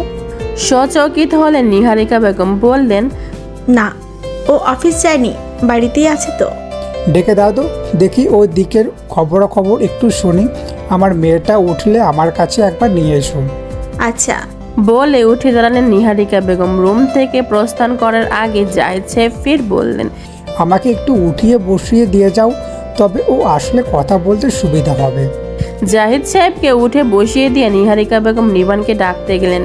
তাকে ডেকে দিয়ে তিনি আর বাবা ছেলের মধ্যে থাকলেন না। দরজায় করাঘাত পড়তেই সেদিকে নজর দিলেন জাহিদ সাহেব। নিবানকে দেখে ভিতরে আসতে বললেন। লম্বা লম্বা পা ফেলে ভিতরে এলো নিবান। বেডের পাশে অবস্থানরত ড্রেসিং টেবিলটার সামনে থেকে চুলটা টেনে খাটের পাশ ঘেঁষে বসলো সে। বসা মুহূর্তে হাতের ফাইলটা এগিয়ে দিল জাহিদ সাহেবের দিকে। নিবানের হাতের পুরনো ফাইলের দিকে তাকিয়ে কপাল কুঁচকে ফেলেন জাহিদ সাহেব। অফিস ফাইলটা তো এমন নয়, জিজ্ঞেস করলেন, কিসের ফাইল এটা? আহসান আঙ্কেলের আম্মা দিয়েছেন, বলেছেন আপনার কাছে দিতে। আমি দেখিনি। ফাইলটা হাতে নিলেন জাহিদ সাহেব। মুহূর্তে নিবানের সামনে খুললেন সেটা। মনোযোগ দিয়ে ভিতরের কাগজপত্রগুলো দেখতে দেখতে বললেন, মেয়েটার নাম জানো কি? জাহিদ সাহেবের মুখের দিকে আশ্চর্য হয়ে তাকিয়ে রইল নিবান। মেয়েটার নাম কি সে তো জানে না। কাল যখন জাহিদ সাহেব তাকে ডেকে বলল ওনার এক কাছের ঘনিষ্ঠ বন্ধু মারা গিয়েছেন, সেখানে ওনার অবশ্যই উপস্থিত থাকা দরকার। তিনি তো যেতে পারবেন না। এই বাড়ির কেউ একজনের উপস্থিত থাকাটা সেখানে জরুরি। আর ছেলে মানুষ বলতে উপস্থিত তখন নিবান ছাড়া কেউ বাড়িতে ছিল না। তাই নিবানকে যাওয়ার কথা বললেন তিনি। নিবান ওনাকে বাবা বলে না ডাকলো সহজে ওনার আদেশ নিষেধ ফেলে না, তাই সময় নিয়ে রাজিও হয়েছিল।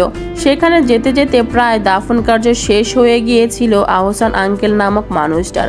নিজের পরিচয় জানান দিয়ে কবর জিয়ারত করে আহসান আঙ্কেলের মা নামক বিদ্যাকে বলে যখন চলে আসবে, তখন ক্রন্দরতন অসহায় মুখে বিদ্যা জাহিদ সাহেবের সাথে একটু কথা বলতে চাইলেন। নিবানও না করতে পারেনি। জাহিদ সাহেবের নম্বরে ফোন দিয়ে ধরিয়ে দিয়েছিলেন। তাদের মধ্যে কি কথা হয়েছিল নিবানের জানা নেই। তবে জাহিদ সাহেবের সাথে বিদ্যা ভদ্রমহিলার কথা বলা শেষ হলে যখন তাকে ফোনটা ধরিয়ে দেওয়া হলো, জাহিদ সাহেব শুধু তাকে এইটুকু বললেন, মেয়েটা কে? তোমার সাথে করে নিয়ে এসো ইরফান। মেয়েটাকে নিয়ে যখন চলে আসতে চাইলো নিবান আরেক ঝামেলায় পড়েছিল। এমনিতে মেয়েটা তো আসতে চাইছিল না, তার উপর মেয়েটার চাচারও তাকে আসতে দেবে না। তার মধ্যে থেকে মেয়েটার এক চাচাতো ভাইও খুবই উগ্র আচরণ করেছিল। মেজাজ তো নিবানেরও চড়ে গিয়েছিল। তবে মৃত্যু বাড়িতে অশোভনীয় আচরণ করাটা ঠিক হবে না বিদায় নিজেকে কন্ট্রোলে রেখেছিল।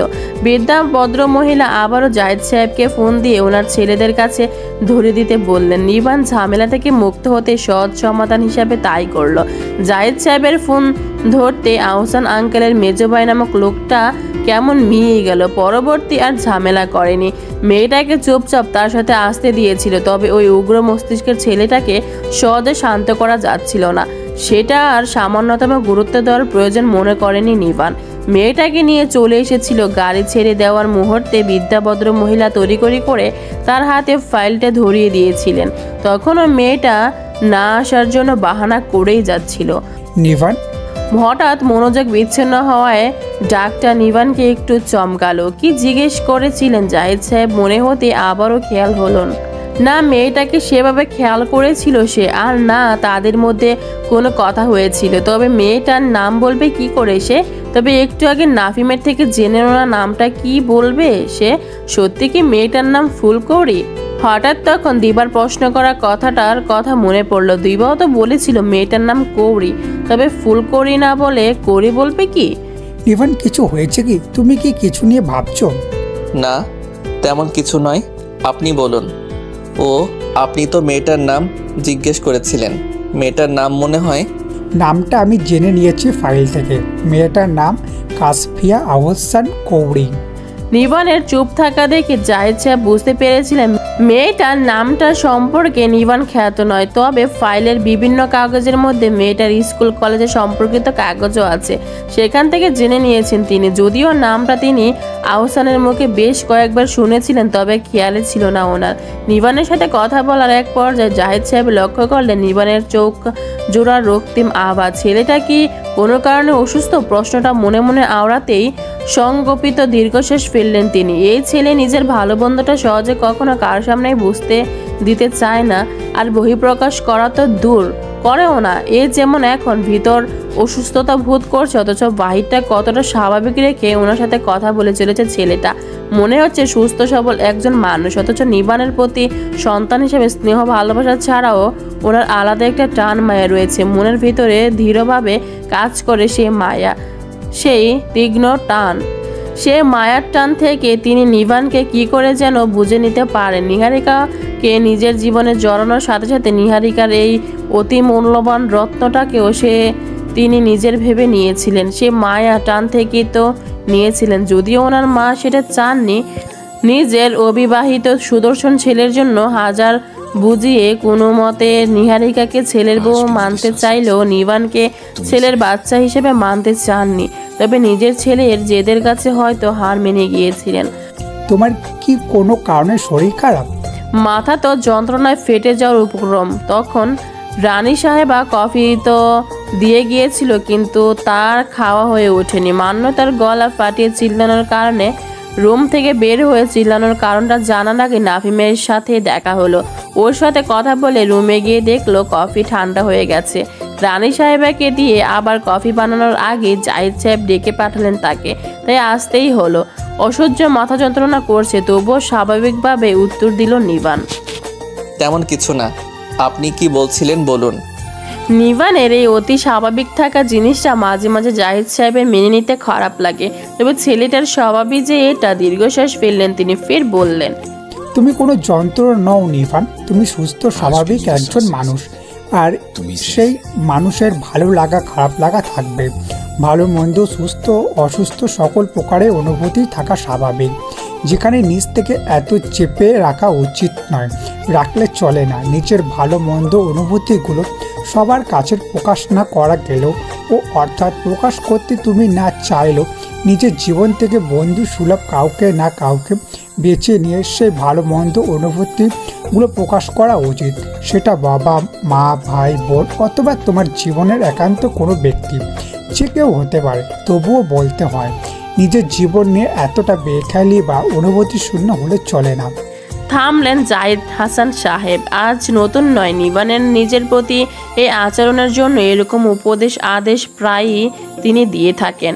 তবে ছেলেটা বরাবরই চুপচাপ শোনে, অতঃপর যা তাই।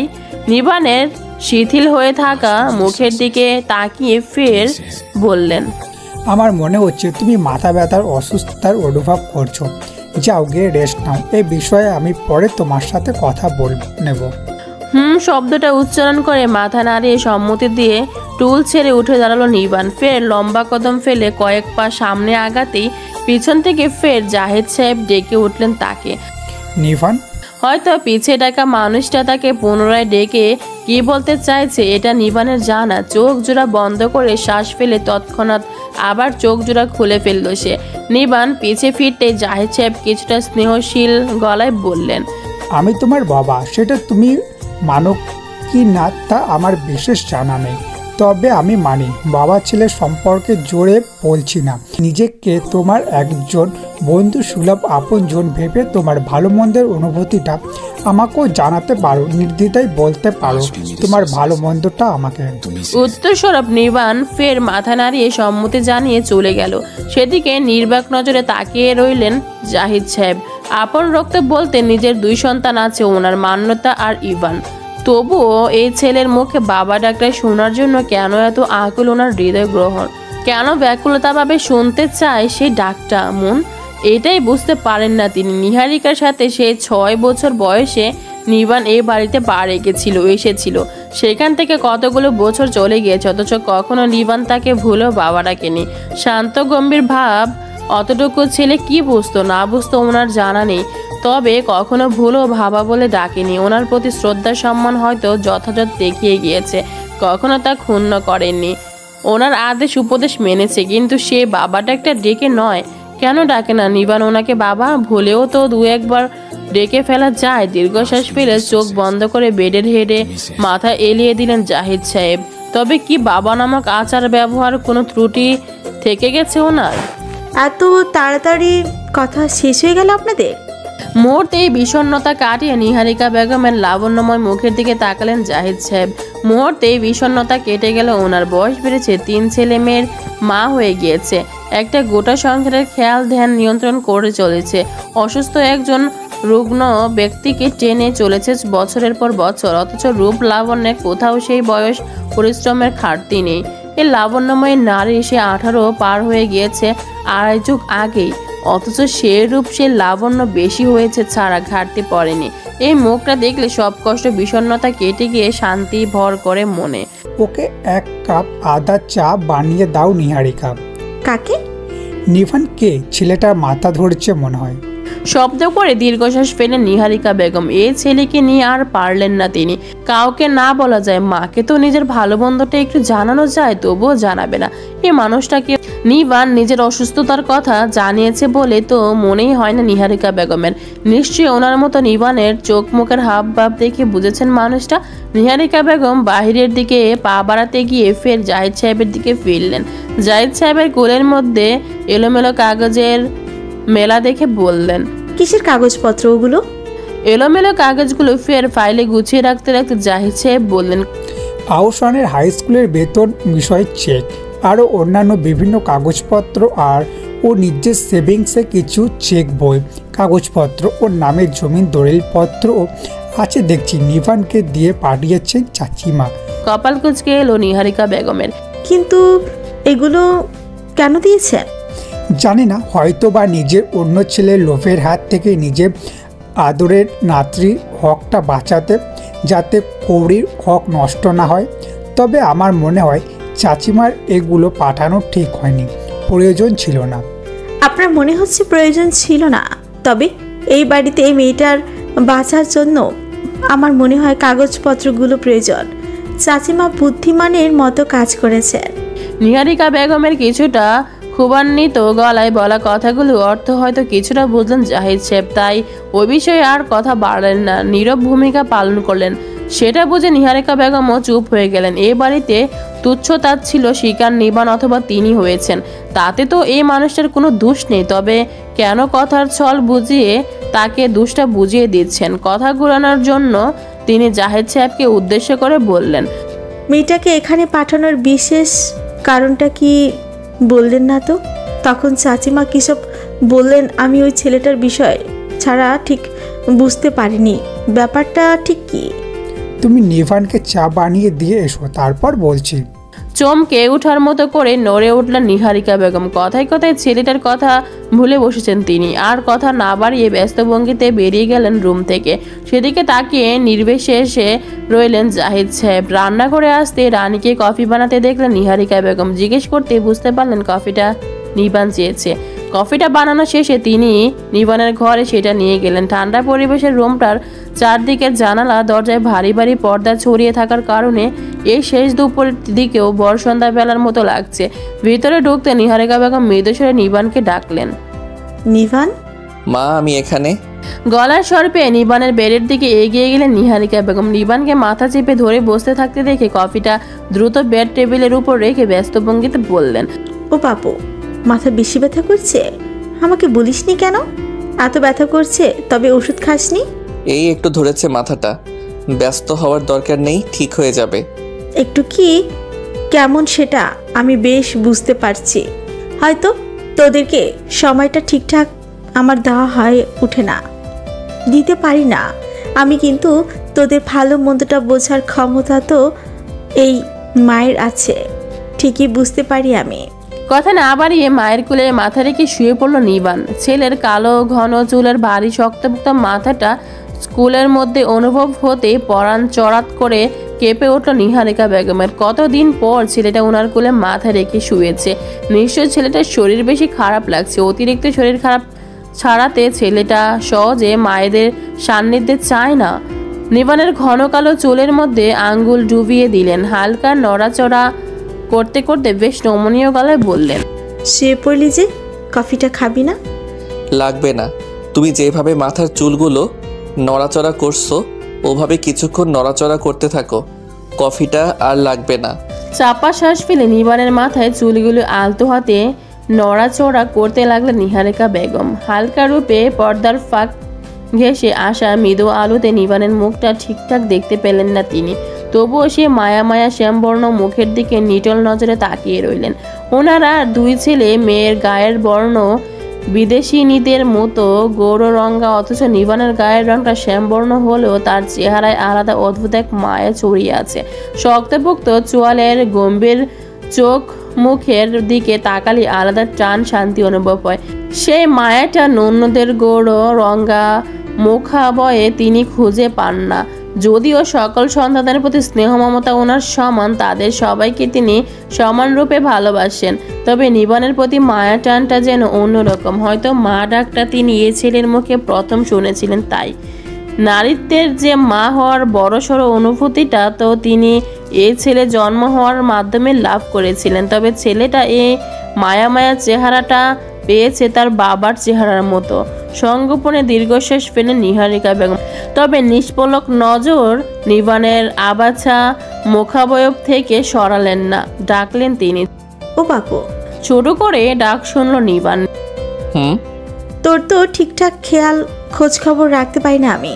ও বাপু, একটা বিয়ে করে ফেল না, বয়স তো কম হলো না। নিহারিকা বেগমের কথায় নীরব থাকলো নিবান। সময় করাতে ছেলেকে উত্তর দিতে না দেখে ফের নিহারিকা বেগম বললেন, কিরে, আমি কি বলছি শুনছিস? নিবান ফের ছোট করে উত্তর দিল, কি হুম হুম করছিস? বয়স তো কত হয়েছে খেয়াল আছে? এবার একটা লাল টুকটুকি বউ এনে দে না ঘরে, যে তোর খুব খেয়াল রাখবে। আর সেটা দেখে আমি একটু নিশ্চিন্তে থাকব যে আমার ছেলেটার ভালো মন্দ খেয়াল রাখার একটা সুনিশ্চিত মানুষ হয়েছে। উত্তর দিল না নিবান। সেটা দেখে নিহারিকা বেগম মিছি মিছি বিরক্ত দেখিয়ে বললেন, কি হলো বল না, আমি দেখবো।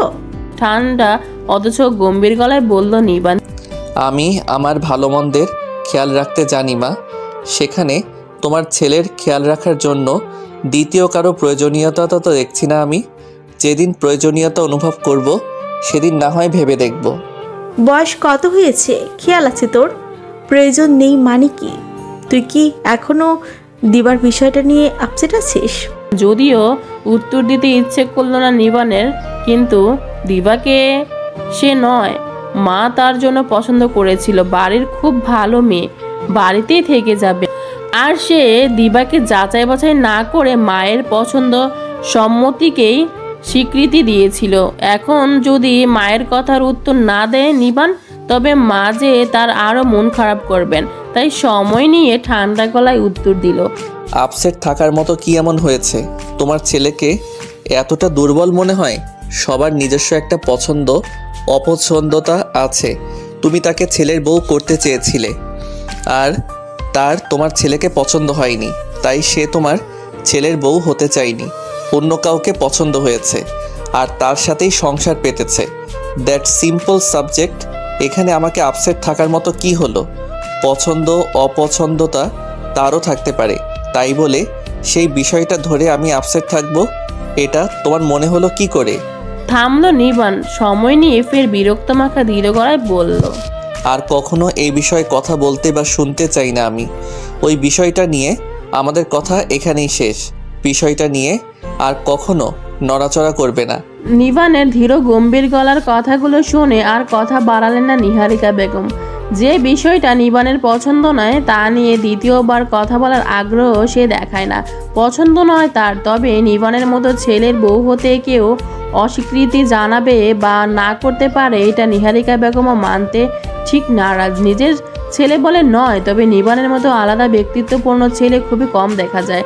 সেই নিবানের প্রতি দিবার চালচলন, চাহুনি বলা এগুলো দেখেই তো তিনি দিবাকে নিবানের বউ করার প্রস্তাব রেখেছিলেন, যেটা নিবানও ঠিকঠাক জানতো না। তবে কী কারণে হঠাৎই মেয়েটা নিবানের বউ হতে অস্বীকৃতি জানালো? সিয়ামের সাথে মেয়েটার আগে থেকে সম্পর্ক ছিল এমনটা তো নয়, তবে কি কোনো কারণে ডালিয়া বেগমকে বুঝে শুনে বাইরের সৌন্দর্য আর অর্থের চাকচিক্যের মুহে ডুবিয়ে দিয়েছে, যার পরিণত এখন মেয়েটা হয়তো হাড়ে হাড়ে অনুভব করছে। সকালবেলা নিজেকে রেডি করে নিয়ে অফিসের উদ্দেশ্যে যখন বের হচ্ছিল নিবান, অচেনা একটা নম্বর থেকে কল এলো ফোনটা রিসিভ করতে বুঝতে পারলো আহসান আঙ্কেলের আম্মা। বৃদ্ধা মহিলা তার নাতনির সাথে কথা বলতে চান।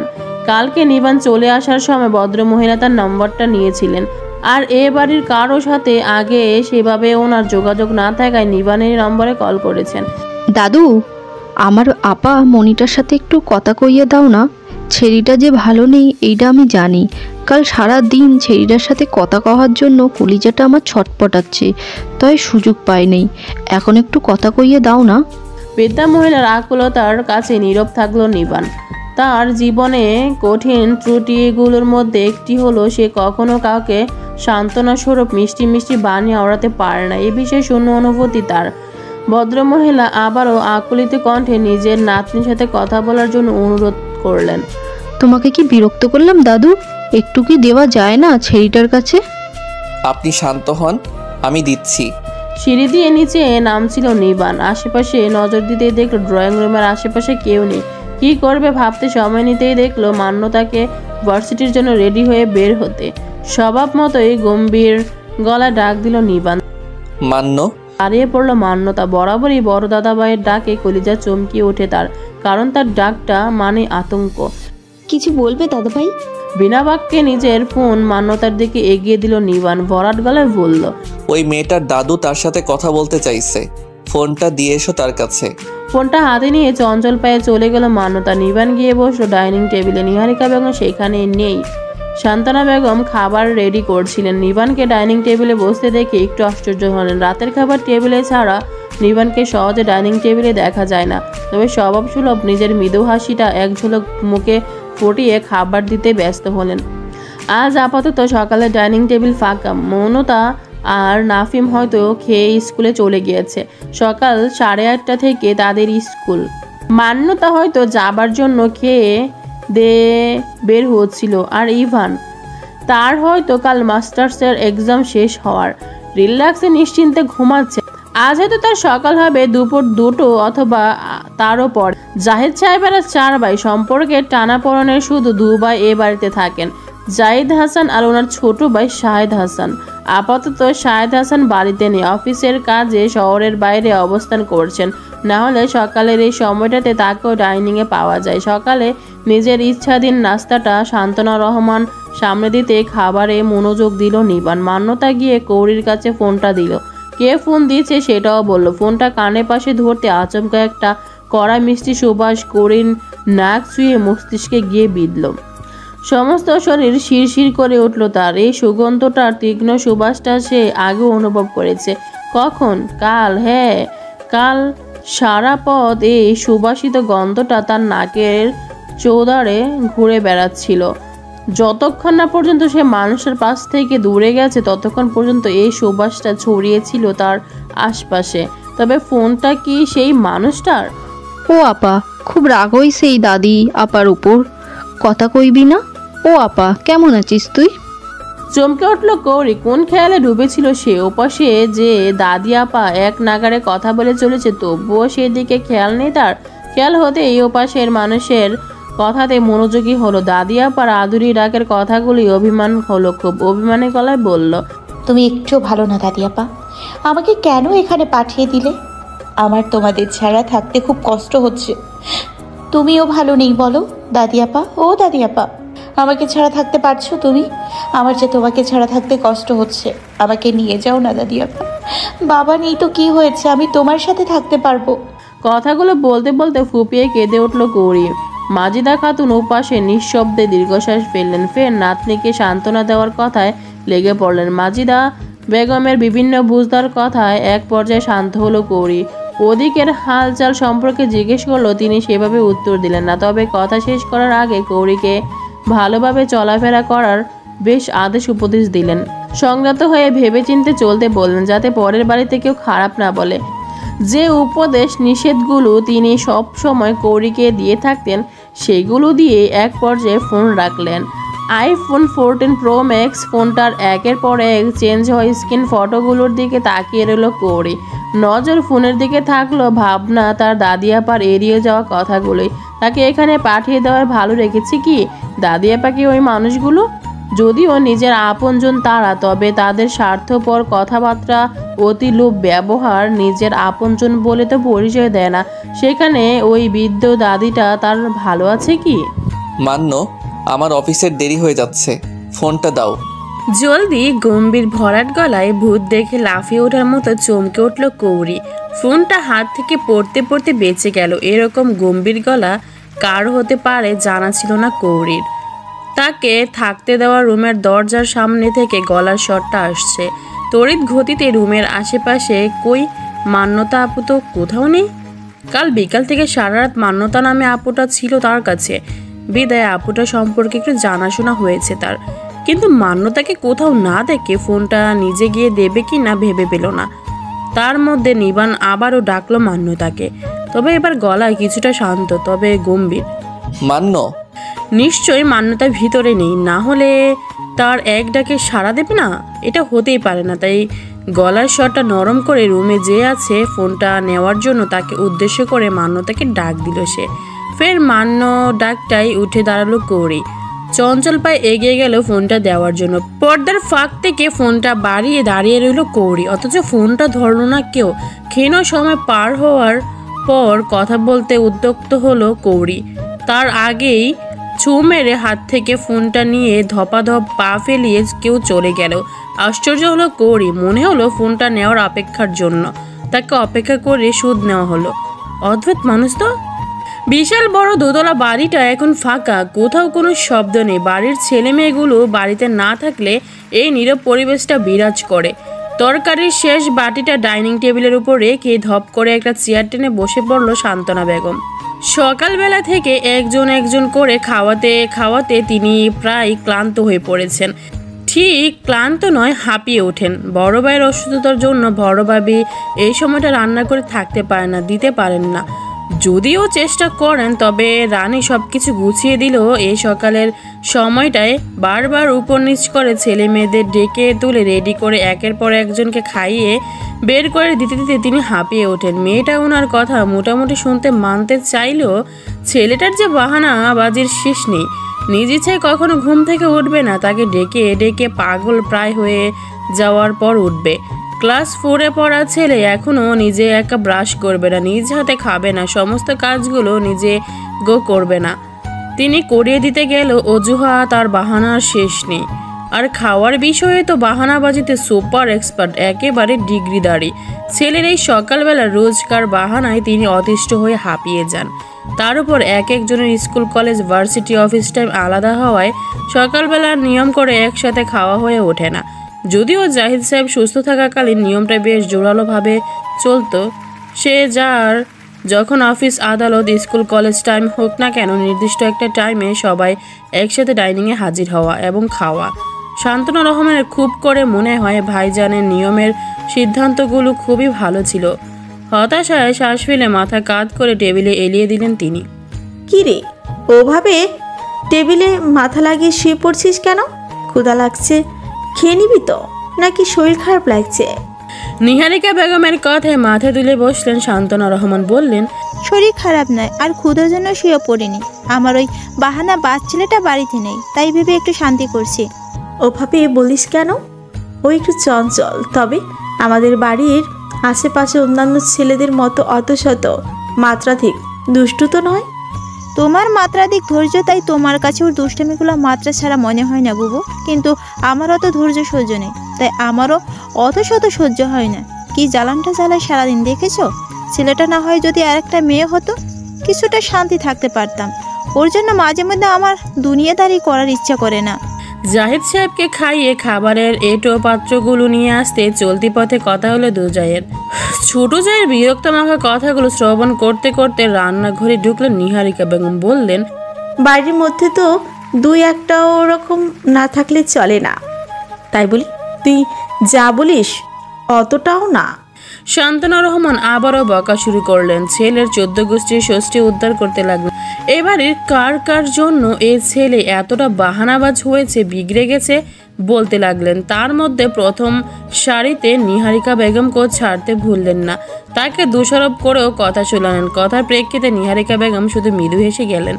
এই দোষারোপের মধ্যেও যে শান্তি আছে, ভালো লাগা আছে। এবারে সব ছেলে মেয়েগুলো যে ওনার এক একটা শরীরের অংশ, আর সেই অংশগুলোর মধ্যে থেকে একটা যদি ব্যথা পায়, সামান্য মূর্ছা যায়, তিনি যে কিছুতেই ভালো থাকতে পারেন না। এটাই যে তার সংসার। এই সংসারের প্রাণহীন জিনিসগুলোর ব্যথাও যে ওনার প্রাণে অনুভবিত হয়। সেখানে এবারের ছেলে মেয়েগুলো তো তার সেকেন্ডে সেকেন্ডে চলিত নিঃশ্বাস। শান্তনা রহমানকে শান্ত করাতে প্রসঙ্গ পাল্টে বললেন, এই ছোট আম্মা খেয়েছেন? উনি তো আবার একটু বেলা না গড়ালে খেতেই চান না। ছেলে মেয়েদের বকা যেমন ভাবি শুনতে ইচ্ছে করে না, তেমন নিজেও সামান্য দু একটা ধমক দিলে অতিরিক্ত বকেন না। ধৈর্য নিয়ে সব কিছু হ্যান্ডেল করেন। কিন্তু এত বছর সে মানুষটার সান্নিধ্যে থেকে সব কিছু মোটামুটি আয়ত্ত করতে পারলো, এই অতি ধৈর্য জিনিসটা তিনি আয়ত্ত করতে পারেননি বললে আর চাইলেই কি সবটা হয়? তপ্তশ্বাস ফেলেন শান্তনা রহমান। বাড়ির সবচেয়ে ছোট সদস্য হওয়ায় নাফিমকে সবাই মাত্রাধিক আদর করে, ভালোবাসে। আর তার সম্পূর্ণ ফায়দা লুটে ওই বদমায়েশ ছেলেটা। ওই বাদর ছেলের বড় মা বলতে সব আবদার ওখানে। আর তেনার বড় মাও তেমন। সেই ছেলের নামে উল্টোপাল্টা কথা ধৈর্য নিয়ে শুনবেন না, তেমনটা কখনো হওয়ার নয়। সে কারণে সে প্রসঙ্গ পাল্টে ফেলা বেশ বুঝলেন শান্তনা রহমান। কোথায় খুইয়ে গেলি? কি জিজ্ঞেস করছি শুনতে পাসনি? আর রানীও বা কোথায় গেল? আম্মা এখনো খাননি। আমি জিজ্ঞেস করতে গিয়েছিলাম ওনার রুমে খাবার দিয়ে যাব কিনা। উনি বললেন ডাইনিংয়ে এসে খাবেন। আর রানী তো কেবল মাত্র রুমের দিকে গেল। শান্তনা রহমানের কথা শেষ করার আগে রানী সেখানে হাজির হলো। বলল, বেলা কত হলো খেয়াল আছে? রোজ রোজ আমার জন্য অপেক্ষা করতে হবে কেন? তোমরা খেয়ে নিতে পারো না? যাও আম্মাকে ডেকে নিয়ে এসো। আজ্ঞা পেতে রানী চলে গেল। নিহারিকা একটু বিরক্ত হয়ে ফের শান্তনা বেগমকে বললেন, ক্ষুধা লাগলে যে যার মতো খেয়ে নিবি। আর কত বলবো তোদের আমার জন্য অপেক্ষা করে? বেলা গড়ার কোনো মানে আছে? শান্তনা বেগম মাথা উঁচু করে এবার চেয়ারে শটান হয়ে বসলেন। বললেন, তোমার জন্য অপেক্ষা করি কে বললো? তুমি তো মানুষ নও, যন্ত্র। তোমার আবার ক্ষুধা, ঘুম, ব্যথা, খারাপ লাগা, ভালো লাগা আছে নাকি? এগুলো আমরা জেনেও তোমার জন্য অযথা অপেক্ষা করতে পারি? তোমার মতো যন্ত্রের জন্য অপেক্ষা করতে আছে নাকি? রান্নাঘরের এটো জিনিসগুলো ধুয়ে ডাইনিংয়ে এলেন নিহারিকা বেগম। শান্তনা বেগমের মাথায় হাত বুলিয়ে বললেন, রেগে যাস কেন? আচ্ছা, আমি অপেক্ষা করতে বলে ভুল করে ফেলেছি, ক্ষমা কর আমাকে। যাই হোক, রাগারাগি পরে করিস, বেলা অনেক গড়িয়েছে, এবার তো খেতে শুরু কর। চেয়ার টেনে বসতে গিয়ে হঠাৎই কৌরির কথা মনে হলো ওনার। ফের ব্যস্ত ভঙ্গিতে বললেন, মেয়েটা খেয়েছে? হঠাৎ খেয়াল হলো না শান্তনা বেগমের। বললেন, কোন মেয়েটা? কৌরি? সকালের এত ব্যস্ততায় মেয়েটার কথা তো ভুলেই বসেছিলেন শান্তনা বেগম। কাল একটা নতুন সদস্য যে তাদের বাড়িতে এসেছে এটা তো মনেই ছিল না ওনার। মুখটা অসহায় ভঙ্গিমা করে নিহারিকা বেগমের দিকে তাকালেন তিনি। যাতে যা বোঝার বুঝে নিলেন নিহারিকা বেগম। তবুও কৈফিয়তের স্বরে শান্তনা রহমান বললেন, বিশ্বাস করো বুবু, আমার মেয়েটার কথা একটু বলতেও খেয়াল ছিল না। না হলে। কথা শেষ করতে দিলেন না নিহারিকা বেগম। 2 বাচ্চার মা হয়ে গিয়েছে, অথচ শান্তনা সেই সদ্য এ বাড়িতে আসা কিশোরীর মধ্যে অবুঝ রয়ে গেছে। অবুঝ থাকারই তো কথা। মেয়েটার মনে যে মার পেছ নেই। এত বছর সংসারে কত জঞ্জাট, উত্থান পতন গেছে, তবুও মেয়েটা আগে যেমন সহজ সরল ছিল এখনো তেমনটাই আছে। তিনি বললেন, এখানে বিশ্বাস অবিশ্বাসের কি হলো? আমি তোকে চিনি না নাকি জানি না, খেয়াল না থাকতেই পারে। আমারও তো মেয়েটার কথা খেয়াল ছিল না, তাই বলি কি সেটা অন্যায় হয়ে গেল? বিশ্বাস অবিশ্বাসের কথা নয়, তবে মেয়েটার কথা তো খেয়াল রাখা উচিত ছিল, সেটার জন্য বললাম। শান্তনা রহমানের ছোট মুখ করে বলা কথাটা শুনে নিহারিকা বেগম সংগোপনের দীর্ঘশ্বাস ফেলেন। মেয়েটা এরকমই, তার ছোট ভুলগুলো তার অনেক বড় সড়ো ত্রুটি মনে হয়। মাঝে মাঝে অন্যায় ভেবেও তো আফসোস করে। নিহারিকা বেগম হাজার বুঝিয়ে পারেন না, অথচ সেই সান্ত্বনার সামনে দিয়েও আরও আরেক যা ওনার কত ত্রুটি করে চলে গেল, সেটা থেকেও শিক্ষা নিল না মেয়েটা। বরাবরই ওনারই আদর্শ চালচলনকে আঁকড়ে ধরে থাকার চেষ্টা করছে সান্ত্বনা। সান্ত্বনা বেগমের কাঁধে হাত রাখলেন তিনি, ফের সান্ত্বনা স্বরূপ বললেন, আচ্ছা ঠিক আছে, সামান্য বিষয় নিয়ে মন খারাপ করে মুখ ছোট করার মতো কিছু হয়নি, আমি দেখছি। নিহারিকা বেগম কৌরিকে ডাকতে ছুটলেন, সেদিকে তাকিয়ে রইলেন সান্ত্বনা রহমান। কবে যে উনিও একটু সব দিক দিয়ে সবার খেয়াল দেন রাখতে পারবেন কে জানে। এক ছেলে নিয়েই যেখানে তিনি ধৈর্যহারা হয়ে পড়েন, ছেলে কাছে থাকলে তার বাহানায় নিজেকে ভুলতে বসেন, সেখানে সবার খেয়াল খোঁজখবর রাখা সত্যি কি সম্ভব? তাহলে নিহারিকা নামক নারীটা পারে কি করে অসুস্থ স্বামীকে সামলে এবারে সকল ছেলেমেয়ের আবদার চাওয়া পাওয়া পূর্ণ করতে, যেখানে তিনি সান্ত্বনা রহমান এক ছেলের বাহানা বাজিতে কাতর হয়ে পড়েন? পারেন কি করে গোটা সংসারের ভালো মন্দ সব কিছু এক হাতে সামলিয়ে ওই একটা নারী মস্তিষ্কে সবার খোঁজ খেয়াল রাখতে? ভাবির মতো তিনি হতে পারবেন কিনা জানা নেই, তবে ওই গুণী নারীটির মতো হওয়ার সাংঘাতিক লোভ ওনার। বরাবর ওই গুণী নারীটির মতো ওনার গুণে গুণান্বিত হতে চান তিনি। জানালার গ্রিল ধরে নিজের জীবনের এলোমেলো হয়ে যাওয়া সমীকরণগুলো নিয়ে ভাবনায় ডুবে আছে কৌরি। কাল সে কোথায় ছিল আর কোথায় আজ?